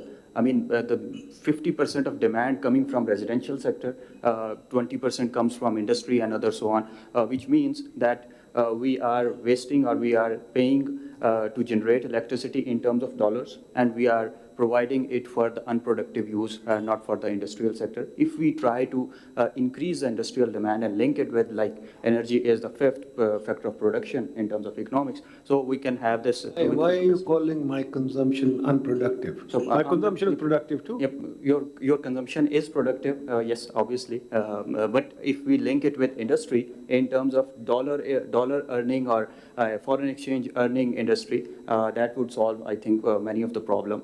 And it would integrate economy and energy as a good, efficient, and productive part of the economy as well. Second is that we need to integrate in terms of capacity building with engineers plus economists and plus management professionals into the corporate governance of the DISCOs and other electricity entities. Second is that we need to take it as a holistic sort of view, not just the power or electricity sector. We need to take into the transportation sector. We need to take into the account the cooking sector of Pakistan and link it with the power sector. Tosif Saab rightly mentioned that there is a capacity, there is a huge amount of capacity which we can utilize. So why can we not link transportation sector or bring EVs to the solution, or convert our cooking practices to power sector or towards power stoves? Once again comes down to the governance issue, about bringing a behavioral point. Ji Mohammad Ali Sahab. So, Nadeem Sab, first of all, your last question, I don't think that there is any magic solution for the problem at this point in time. At the most, you can divide the issue or the solution into a short term, medium term, and then long term. And I think the lowest hanging fruit in this case is that you improve the governance, and I think there's a consensus on the table. And then there should be a roadmap for privatization, and privatization has to take place in a very gradual manner. You cannot overnight decide to, say, for example, privatize Casco or Pesco or your other loss-making discos because political challenges, financial challenges, and there are so many other things which will come in your way, and you would never be able to achieve what you really want to. The third issue that also needs to be addressed is the availability of capital. Because you cannot improve the performance of these discos, you cannot basically make them profitable entities without investing capital. There's a substantial amount of capital that is needed. There is a study which I was going through, I think that was done by USAID or some other agency, and they've estimated a number of $15 billion. Tausif Saab would know the number, I think, better than me, for the modernization and for the system augmentation of the distribution companies. Last point, which Khalid Saab mentioned, I will just further explain that point and from a private sector or from an industry standpoint. So if you look at your consumption pattern, in your peak summer demand hits about 30,000 megawatts, and it drops down to about 8,000 megawatts in the end of November or end of February, because these are those 2 months when air conditioning load goes down and the heating load does not come in. And this shows that your grid is a very, very unhealthy grid. And now, why is your grid unhealthy? You asked a very relevant question that my consumption also is productive. The grid is unhealthy because this peak demand, and I looked at NPCC data, Tausif Saab would also have seen that data, that peak demand stays only for 30 to 40 days. And what you do is that you are maintaining capacity for that peak demand, which is there only for 40 days. And then for rest of the year. Once again, a governance issue. And once again, somebody at the center of the power sector is not thinking. Yeah, and this is where I come to. Let me just complete. Please go ahead. Quickly, Karan. Very quickly. So the real issue is that we have not been able to attract the industrial consumers to the grid. Now, I'm right now working on setting up a project, and we are going for our own captive power generation. Why? Because the power that you get from the grid is not reliable. For domestic consumers, the international benchmark is 13 interruptions in a year. For an industrial consumer, the international benchmark is 2 to 3 outages in a year. Now, when you are taking power from the grid, and there's a classic case, ICI PTA, which later on became Lotte, they had put up their plant on KE, which was KESE back then. And within, I think, first 2 years of operation, they decided to abandon that grid connection, and they had put up their captive power. And it was also mentioned in the agenda that then the policies of the government and the gas pricing mechanism also encouraged that, and a lot of industries then found it a very convenient, easy solution to shift to that. The problem is at the heart of the issue, everybody that tells me, is the issue that we don't even know how to manage the sector. So we can go left, right, and center, whatever. Who's doing the long-term thinking? Planning Commission certainly isn't. We have an integrated planning unit there, but it does nothing. And even if it does something, nobody wants to listen to it. Does NEPRA, we've got a ton of regulation. We've got NEPRA, we've got OGRA, we've got PIB, we've got so many. Ashfaq Saab, aap bataiye. Is there the capacity in these places to run the system? Do they know what they're doing or not?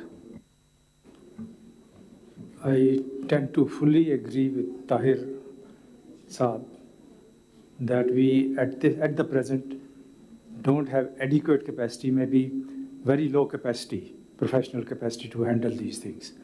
The fact of the matter is that we need to improve governance. That is a consensus. How to go about it?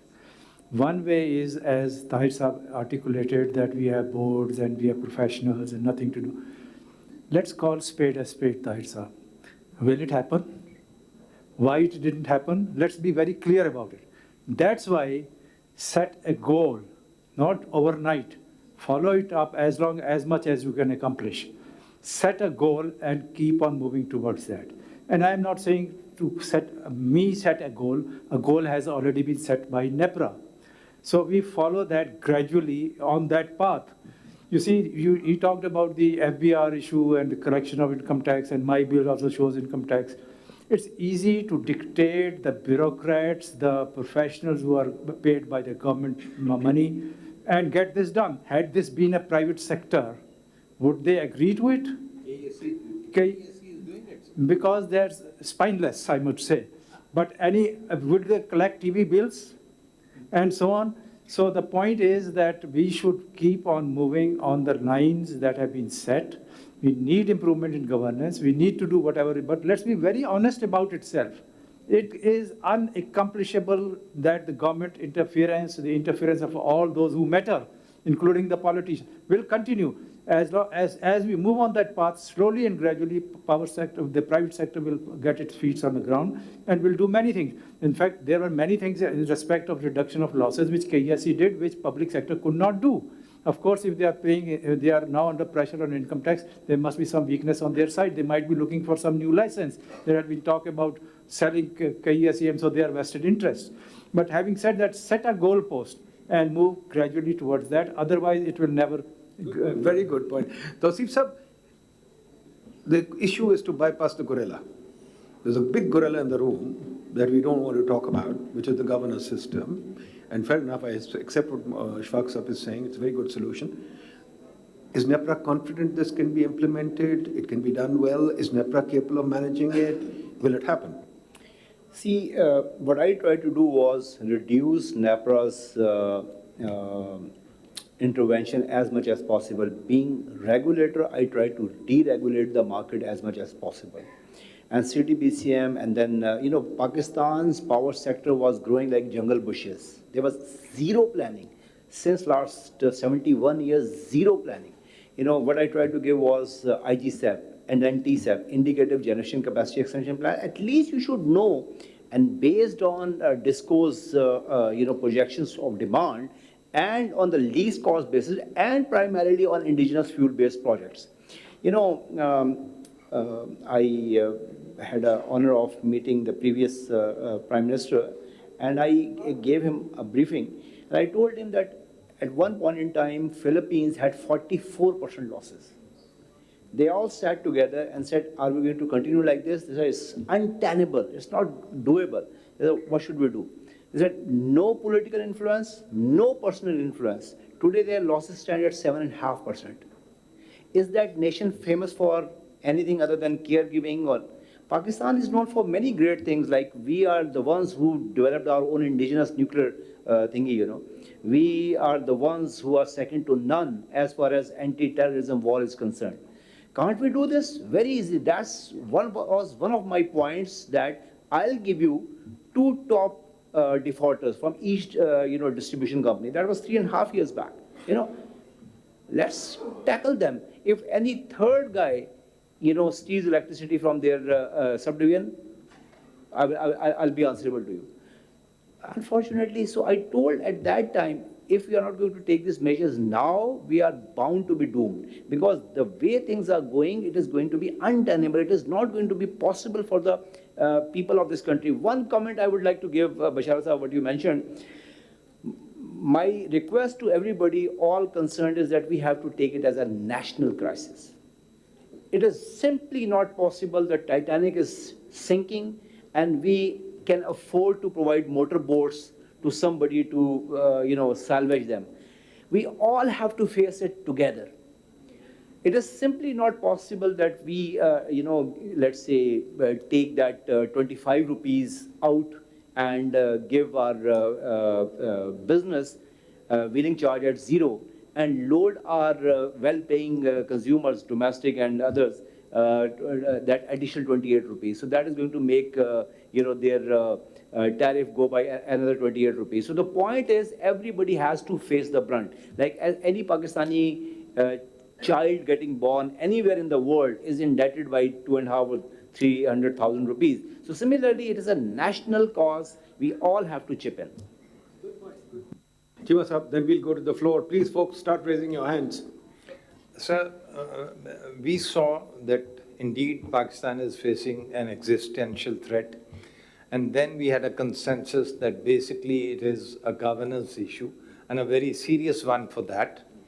And then we also were of the consensus that, pushing the interested parties out of their intervention in the power or the energy sector is difficult, as you said. All these things are there. But fact of the matter remains that if we are serious about it, if one person decides, maybe the top man decides, that it has to be corrected, it can be corrected, and overnight, sir, at least the governance issue improves. Once that improves, things will fastly correct themselves. Because all of these are man-made. We made them up. We invented them during the last, especially 40 years, not even 30. We contributed a lot to it. We'll have to also remember one thing, that the energy sector has a huge political economy about it. So people understand that if they have a hegemony or some connection with it or a foothold, they can really do wonders, gets votes and votes and votes.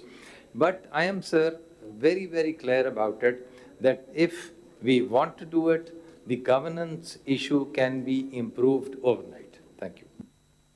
Be done without getting rid of political interference. Anyway, we'll go to the floor, get some questions, involve the audience. Okay, go ahead, Ji Taqir Saab.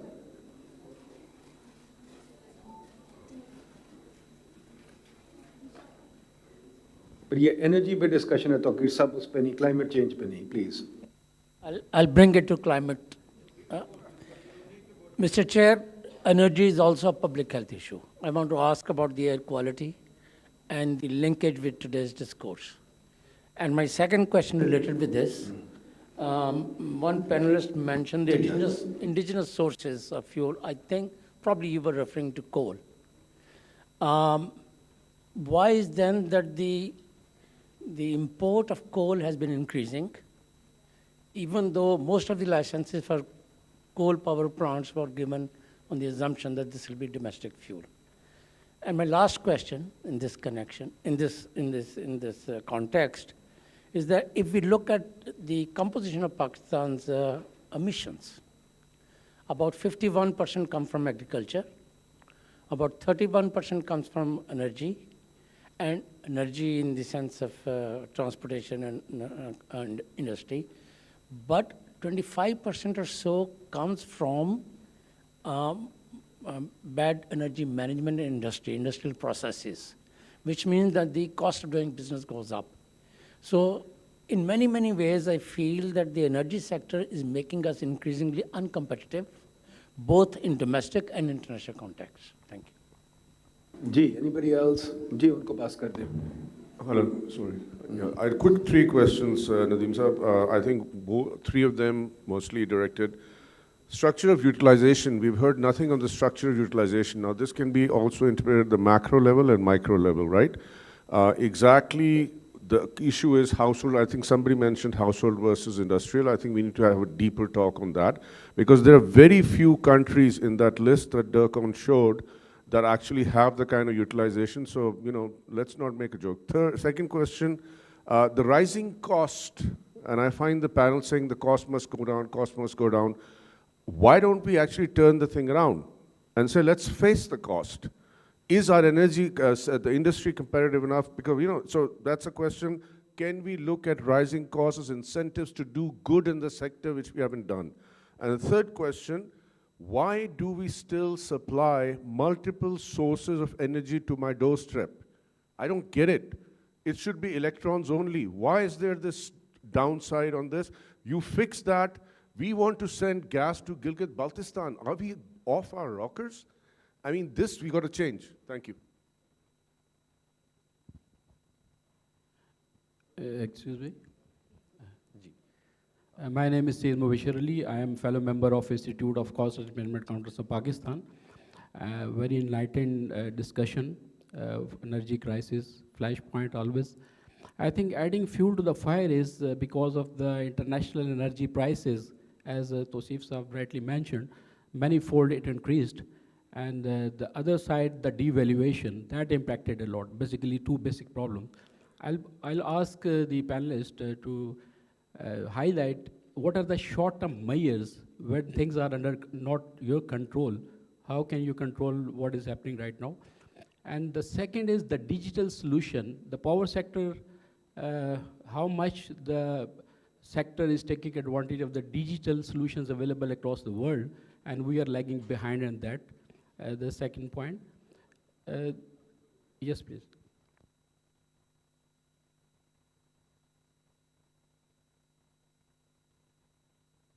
अस्सलाम वालेकुम जिंदगी दर्शक एक comment और दो quick points एक तो ये कि in our system rather than we are increasing the load is actually going down. Last year the load dropped by 13 terawatt hour while our generation capacity increased by 20 terawatt hour. Next year the generation capacity will increase by another 30 terawatt hour, and this will continue for the next 5-7 years. Now the challenge that we are facing, that our load is not going to continually grow even if we reduce the prices slightly. The reason is that now the disruption in the power sector is happening, and recently we visited China and the prices of batteries are just slashing down. So now the solar plus battery kind of thing is so cheap that I can have a very cheap grid-free living, right? That's number one thing. The second thing is I think we need to look at some of the out-of-box or disruptive solutions to solve our challenges. Looking at electric vehicle, somebody talked about the gas to electricity conversion. We are not talking about that at all. We're not talking about it adding sustainable loads to the grid that can sustain for the whole year rather than air conditioning load. Thank you.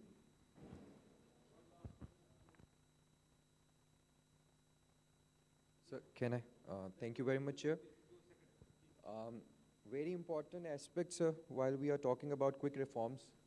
किसी भी panelist ने ये बात नहीं की.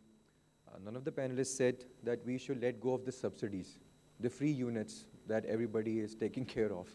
Why we are not letting go of that? That should be the first priority.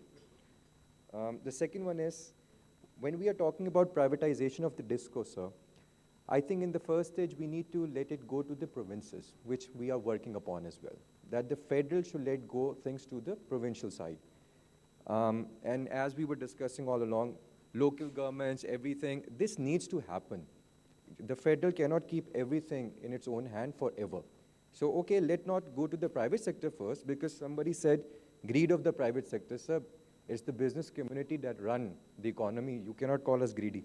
So we won't accept that. So you can give it to the provinces in stage one, and at least we will know who's responsible if things are not getting done. And so lastly, the only way we can take care of all the things is if we increase our capacities. Right now, our economy is on standstill. We need to revive our CPEC. We need to bring industrialization back. This is the only way we can take care of that. And please, if we have to import the fuel, the government has notified barter. We can bring Afghanistan coal in barter. Ji, panel, whoever wants to go ahead. Ji, I can respond to 5 questions. First of all is that, sir, you mentioned that why we are jacking up I think, share of imported coal. That's not true. CPEC projects came a few years back. There were 4 of them at that time. But after that, we are issuing licenses and giving a tariff and setting up only indigenous fuel-based projects. And Mohammed Ali, you are going to vouch for this. So we have set up 2,400 megawatts right on Thar mine mouth, actually. So second is, you, sir, mentioned about electrons, why are they different? Because electrons are being produced from different sources. So at the end of the day, it's a common pool. So no matter what. Yeah. Yeah. That's one of the biggest mistakes we did, actually, that we started giving very cheap gas to, rather than giving a value-added, item, which now that we have the power plants, we should be producing electricity and selling it for heating as well as cooling, for both. And we are giving it to the cheaper gas. The third one is digital solution. Yes, Mubashir, I fully agree with you. Digital solution, when the going gets tough, the tough gets going, and digital solution is the solution for like AMIs, AMRs, and pre-paid meters. So we should, now that we are so late, living in 19th century, we should immediately jump to the most modern technology to our benefit. Fourth one is, Dr. Saab, you mentioned about battery. As long as our cost, energy, produce price, we can beat that. So we can go with any technology. So we can embrace new technology, maybe electric, solar with the battery. All we are doing is desperately waiting for the battery storage prices to go down. Once it slashes like wind and solar, every single electron will start coming from the last one is basically provincial, I think, who asked this question, the last one, I forgot the question actually. Sorry. Yeah. I think this is going to be a biggest scam in few years' time, because what federal government is trying to do is park its responsibility to the provincial governments.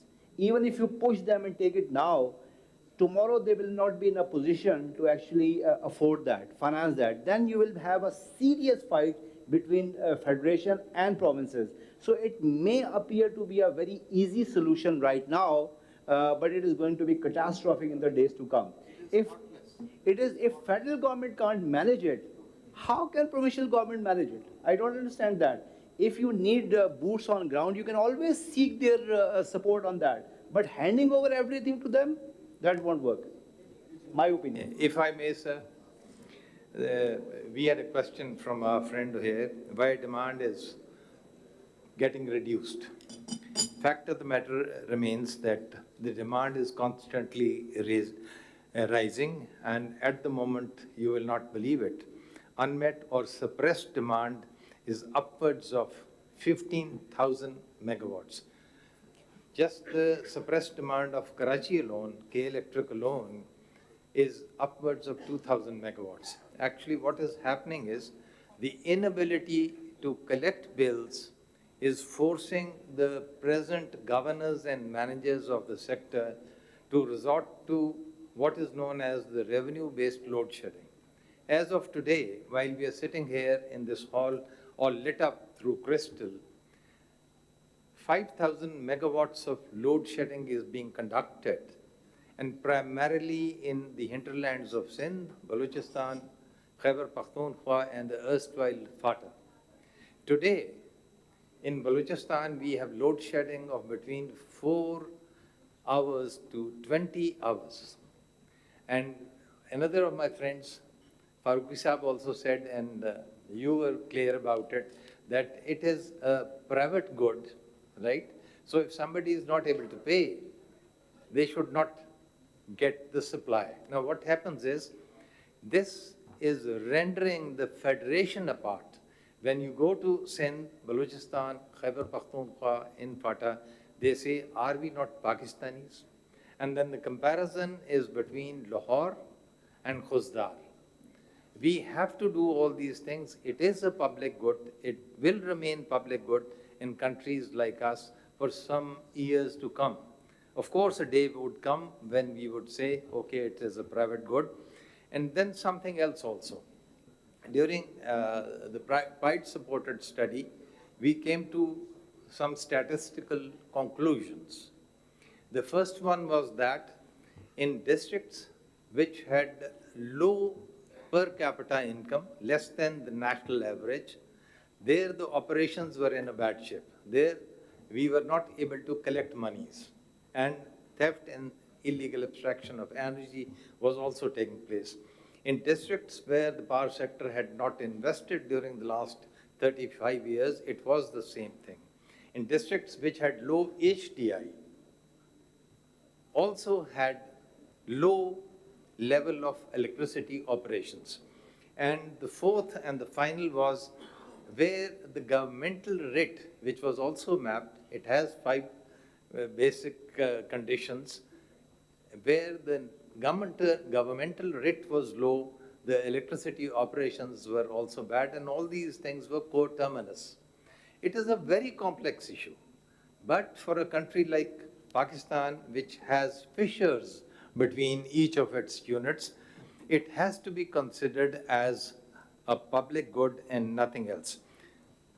My good friend Durrani is right, it has to be a single fuel. It's not right.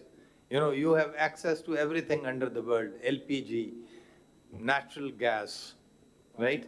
Oils, gas, electricity. Now, this is a joke. And by the way, I'll also share one conclusion that the best conversion from any fuel is electricity. So Pakistan should move towards full utilization of electricity, and if this is done, then the present capacities can be taken over. Thank you. Sir, I would take this air quality question and link it with sustainability or long-term sustainability. Yes, we are taking a short-term solution in terms of investing in coal power plants. We should not be investing in those. We should look for a long-term planning or long-term sustainable solution. Another perspective of it is to look at the perspective of in the future, it would be linked with something like GSP plus status, where exports commodities would be linked with production with the cleaner fuels. So why not take these steps now? We should invest this in sustainability issues, and air quality is part of it, but there is a probably economic case for as well, where we shift our investments from coal power plants to sustainable and renewable energy solutions. Another question was one fuel. Yes, agreed with Chima Saab as well. There should be one fuel. There is a capacity for in Pakistan. We should have this. We already have, thanks to for Kisa, that there is a IGSAP, indicative generation capacity expansion plan, but there should be integrated energy capacity plan for Pakistan, in which not only power sector is being considered, but also other sources of energy as well, for other electricity or energy services. For example, just to give you an example, in total primary energy mix, 20% comes from natural gas, which is depleting in Pakistan. And when that would be depleted, the main problem would be the cooking choices, cooking fuel. So we need to take care of that as well. So another one is that subsidies and free units. I think with IMF program, subsidies are being slashed now. We need to have this targeted subsidies going on linked with Benazir income support program and so on. Free units, although there is a lot of talk of free units, but free units are only very insignificant part of very free units. Everything is paid through the budgets. Okay, let me say it. Yeah. Not at all, sir. Nothing is free. Sir, let me say. From the departments. Sir, but yeah, people are not paying, and because it's part of the pay, you can monetize that. But sir, when someone see that their bill is 40,000 plus rupee and their neighbor is not paying anything, and consumption is like equal, so there is a need to. I have a very small comment. In fact, I want to endorse the discussion in this session fully, and particularly with regards to giving distribution of power to provinces. I think that's a non-starter. That will be a fallacy, absolute fallacy. There's no time to do experimentation. We should go on our path, which we have already chosen. A slight comment on the free units and so on and so forth. There's nothing free. The only thing is that it otherwise would be monetized. And if it is a private sector, it won't be free, it will be monetary compensation. So again, we should not move away from our path for privatization, go gradually on, and that's the way to govern it better. Thank you. Just a quick comment on subsidies, and I do think that subsidies should be allocated if they're crucial in meeting our public policy goals. I think that's what we often miss when we talk about subsidies. So there should absolutely be targeted subsidies if needed at all. They should be competitive, and if they are non-competitive, they should be supporting the market, and the levels should be capped. I think that's something that is often missed. Lastly, there is no transparency in the way we are allocating subsidies, so absolutely we need transparency in that as well. And so subsidy reform is absolutely crucial to strengthening reform in the energy sector. Thank you. Somebody mentioned about coal and the impact coal has got on the climate, and this is a World Bank sponsored event. I should not be saying it, but countries have looked at their national interest. Very recently, during Ukraine-Russia war, Germany actually expanded one of their coal mine, and we missed the bus when we should have exploited those reserves maybe in 90s and in early 2000. We missed the bus then, and now it has become increasingly difficult. Now I don't think that there's going to be any further expansion of Thar coal. There's not going to be any more plants there, because the only lending agency, because you understand that these are projects worth hundreds of millions of dollars, billions of dollars. So the Chinese banks also are not supporting coal now. So the coal is going now. What is the way forward now for us? And I think that's something on which a lot of work needs to be done, and that is to maximize your renewable potential. On the renewable potential, I give you just one small example, and Tausif Sahab probably is fully aware of the issue, that even the existing renewable assets that we have in the country, we are unable to utilize them. We have a current account deficit issue. We are importing energy of worth $13 billion, but at least the energy where dollars are not being spent, we are unable to evacuate that energy from the Jhampir corridor because of technical reasons. The second low-hanging fruit there is that it is a wind corridor, and it has thousands of acres of land. And you can easily convert it into a hybrid site where you put up solar in tandem with the wind during the day, and the two complement each other. So now if you put up a solar plant, the efficiency is 20%. You put up a wind plant, the efficiency is about 40%. But when you combine them, the efficiency goes up to 50-something%, and the infrastructure stays the same. Because during the daytime you have sun and less wind, and during the night time you have no sun but more wind. And so that is a low-hanging fruit which must be availed, but I don't know. Nadeem Saab, sorry to interrupt. Nadeem Saab, we have a question from a lady here, and I think this will be the last question for the session, but she's been waiting very patiently for about the last 20 minutes. Sorry, Selina Irfan. I agree with the panel discussion. It's been very fruitful. I'm just going to raise 2 points in one question. Firstly, something I've been pointing out, energy, when we talk about energy, we get concentrated on power. It's not just power. Integrated energy means all the fuel sources. So the discussion on energy has been just power today again. Secondly, we've missed out a very big point, the SDG 7 goals. The SDG 7 goal. When we are talking about governance, when we are talking about management, and we're talking about long-term planning, we now have to look at the SDG goals of affordability, the reliability, the scalability, and the accessibility now. And it has to all come down to energy security for a country like us, given the vulnerabilities of our economic parameters. The question is, and we've brought up renewable so many times, it's called variable renewable energy. It's not across the country. It can't be put across the country. If you look at, and we are doing this exercise for integrated energy planning at the Ministry of Planning Energy Wing. We've just done a forecast, and we just had a conference on the 20th, where we presented our results, and we're working on the second iteration. But what we have seen is that even with renewable, natural gas for electricity makes the most sense. Unfortunately, we've passed the initial stage in the ENP for natural gas. We're running out of the initial reserves. We now need to get into the complex structure of ENP, which requires money, investment, and FDI. You have the parity across gas pricing, which we are going to be facing with the 50% increase in gas pricing. You have gas parities, which is not bringing in investment. You have losses in gas, you have losses in power. The management, the planning, and like you rightly said, sir, the governance they now need to come together. We need to do long-term planning. We need to build in structures based on empirical evidence, impact-based planning that is effective now. The comments from the panel on this. They're all saying we should finish. We will, So sir. let's finish. We have to go home, sir.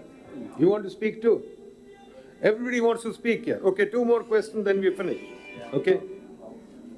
Challenge quickly.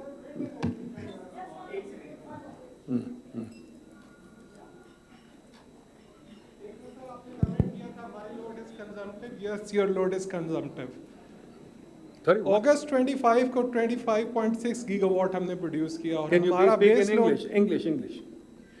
Sir, okay. Sir, हमारी in our wind energy we have two-part tariffs, EPP and EPP. The EPP, the energy purchase price is 6.52 rupees, NAPRA determination of this year.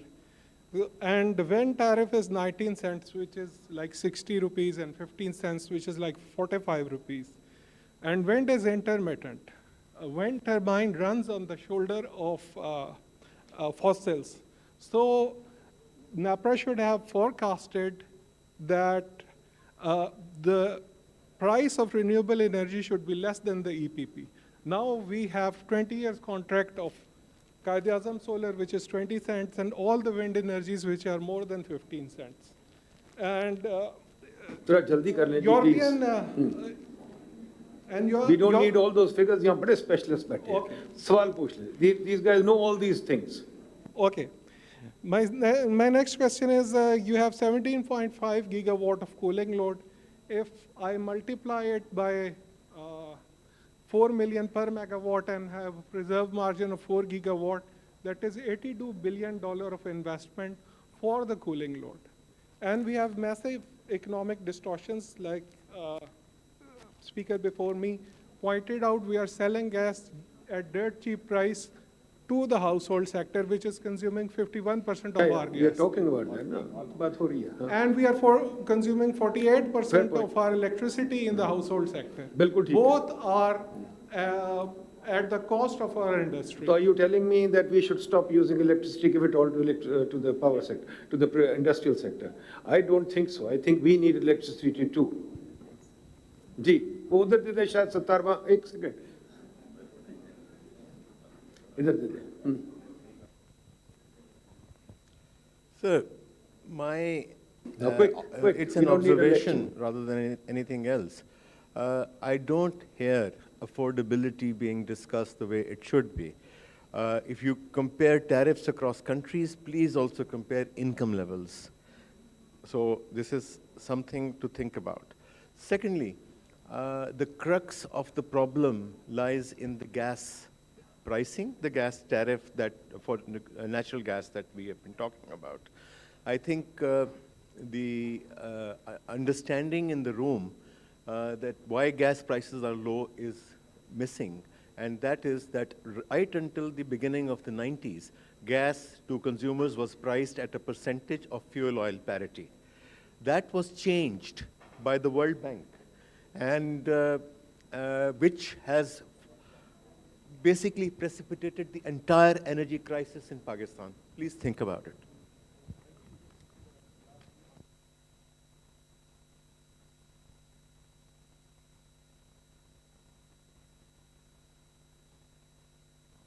Thank you so much.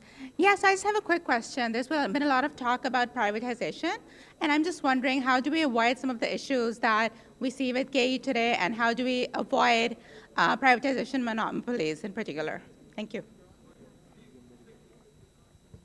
How do we avoid the issue of privatization monopolies?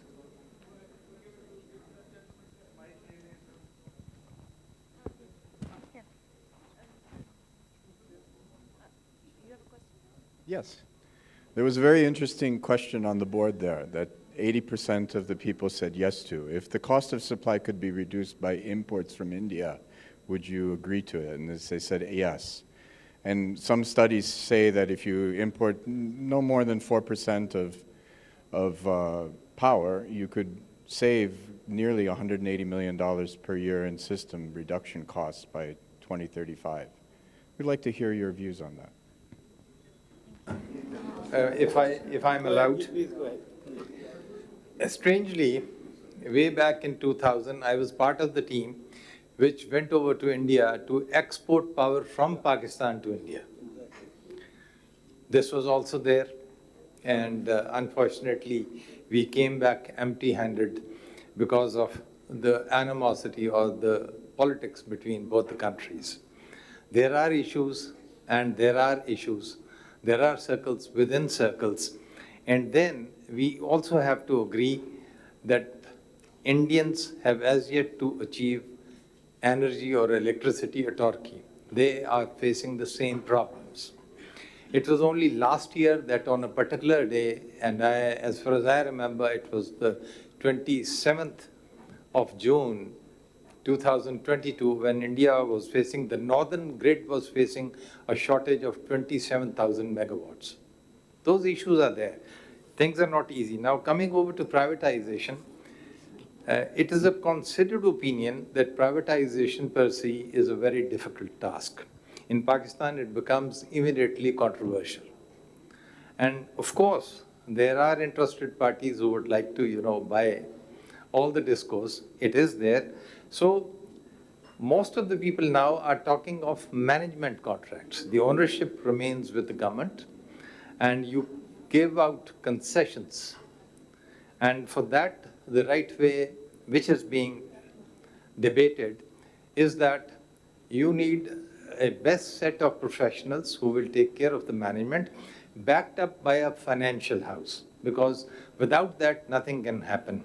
So these are important things. Now, coming over to what a friend said about renewables, renewables have a big issue.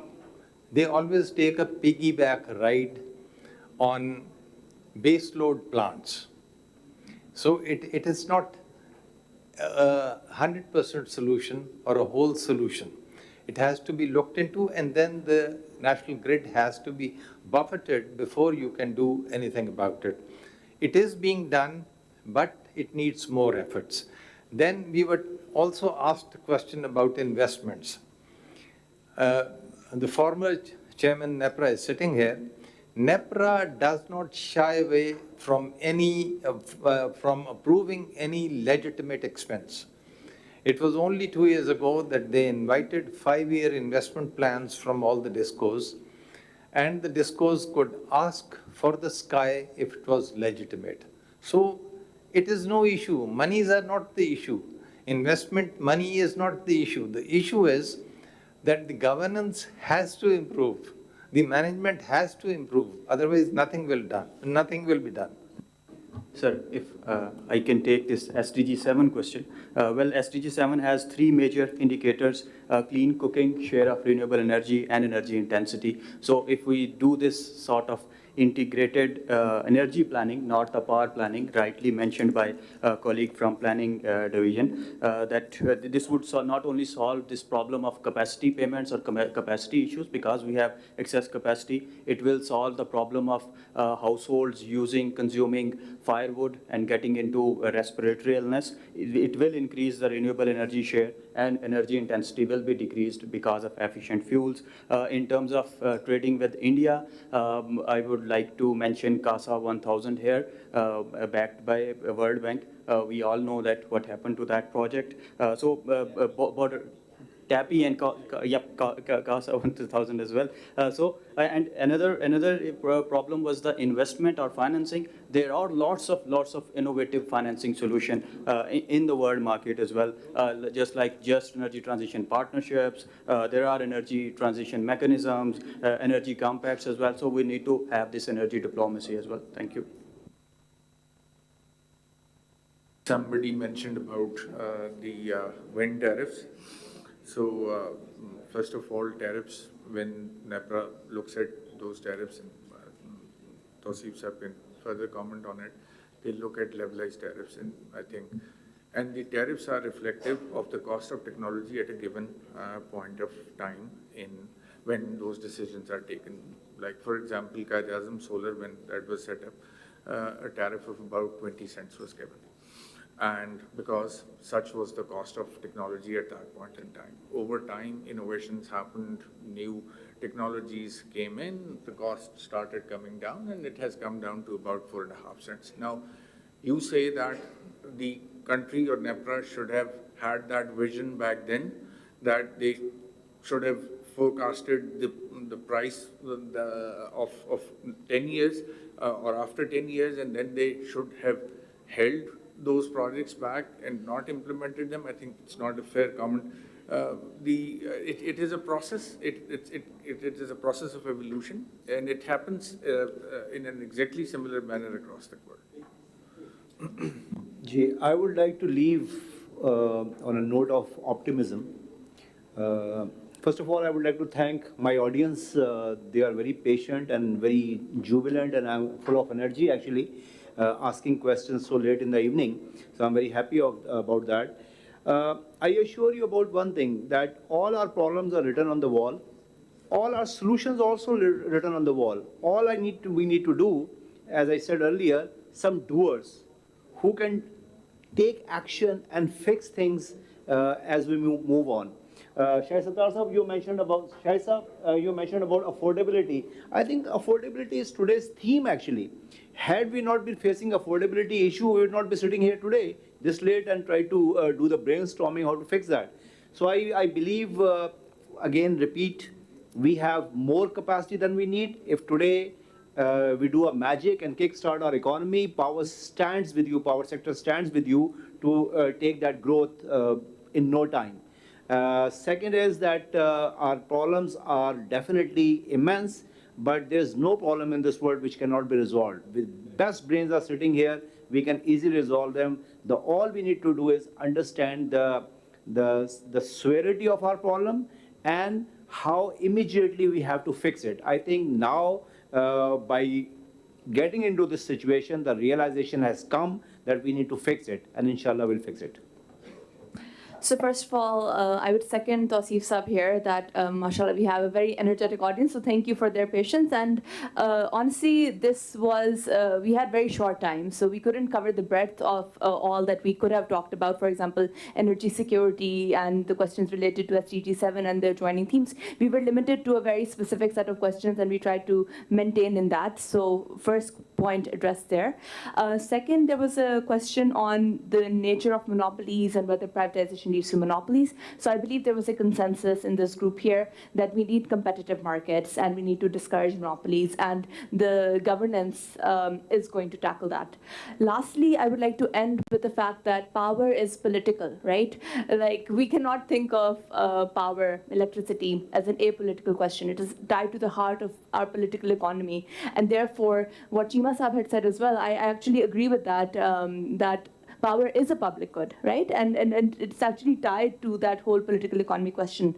So we cannot solve it very neatly. And I think we should be cognizant of that. Thank you. Thank you very much, folks. 30 years ago, I used to write about governance being Pakistan's main problem. Now I think it's beyond governance. I think it's a cultural problem. I think everybody is very optimistic. Tausif Sahab is very optimistic that we can solve the problem. Quite frankly, I don't think we can solve any problem. In 75 years, we have solved no problem, and I have no hesitation in saying this problem will not only not be solved in my lifetime, but in my children's lifetime. With that optimistic note, thank you very much. I think Naji wants to do the farewell. Thank you.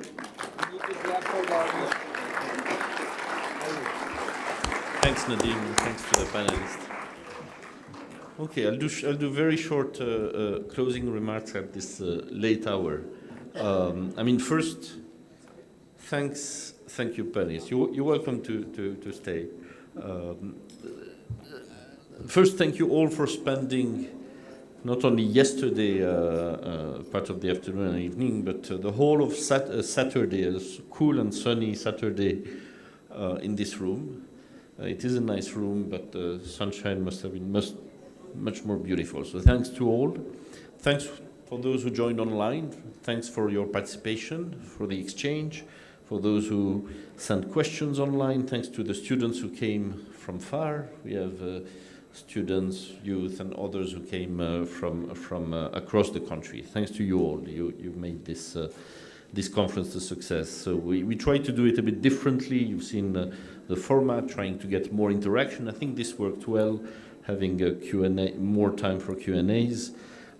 Try to focus the debate to have videos, polls. So I hope you enjoyed it, despite the length, despite some of the delays, and despite the late hour. If success of a conference were to be measured on how many people are still in the room in the last session in the evening, then we're not doing so bad. But no, success of a conference is not great attendance and participation. That's part of it, and thank you for that. But whether this debate, these conversations we had today, which is a contribution to many conversations that are happening in the country, will continue.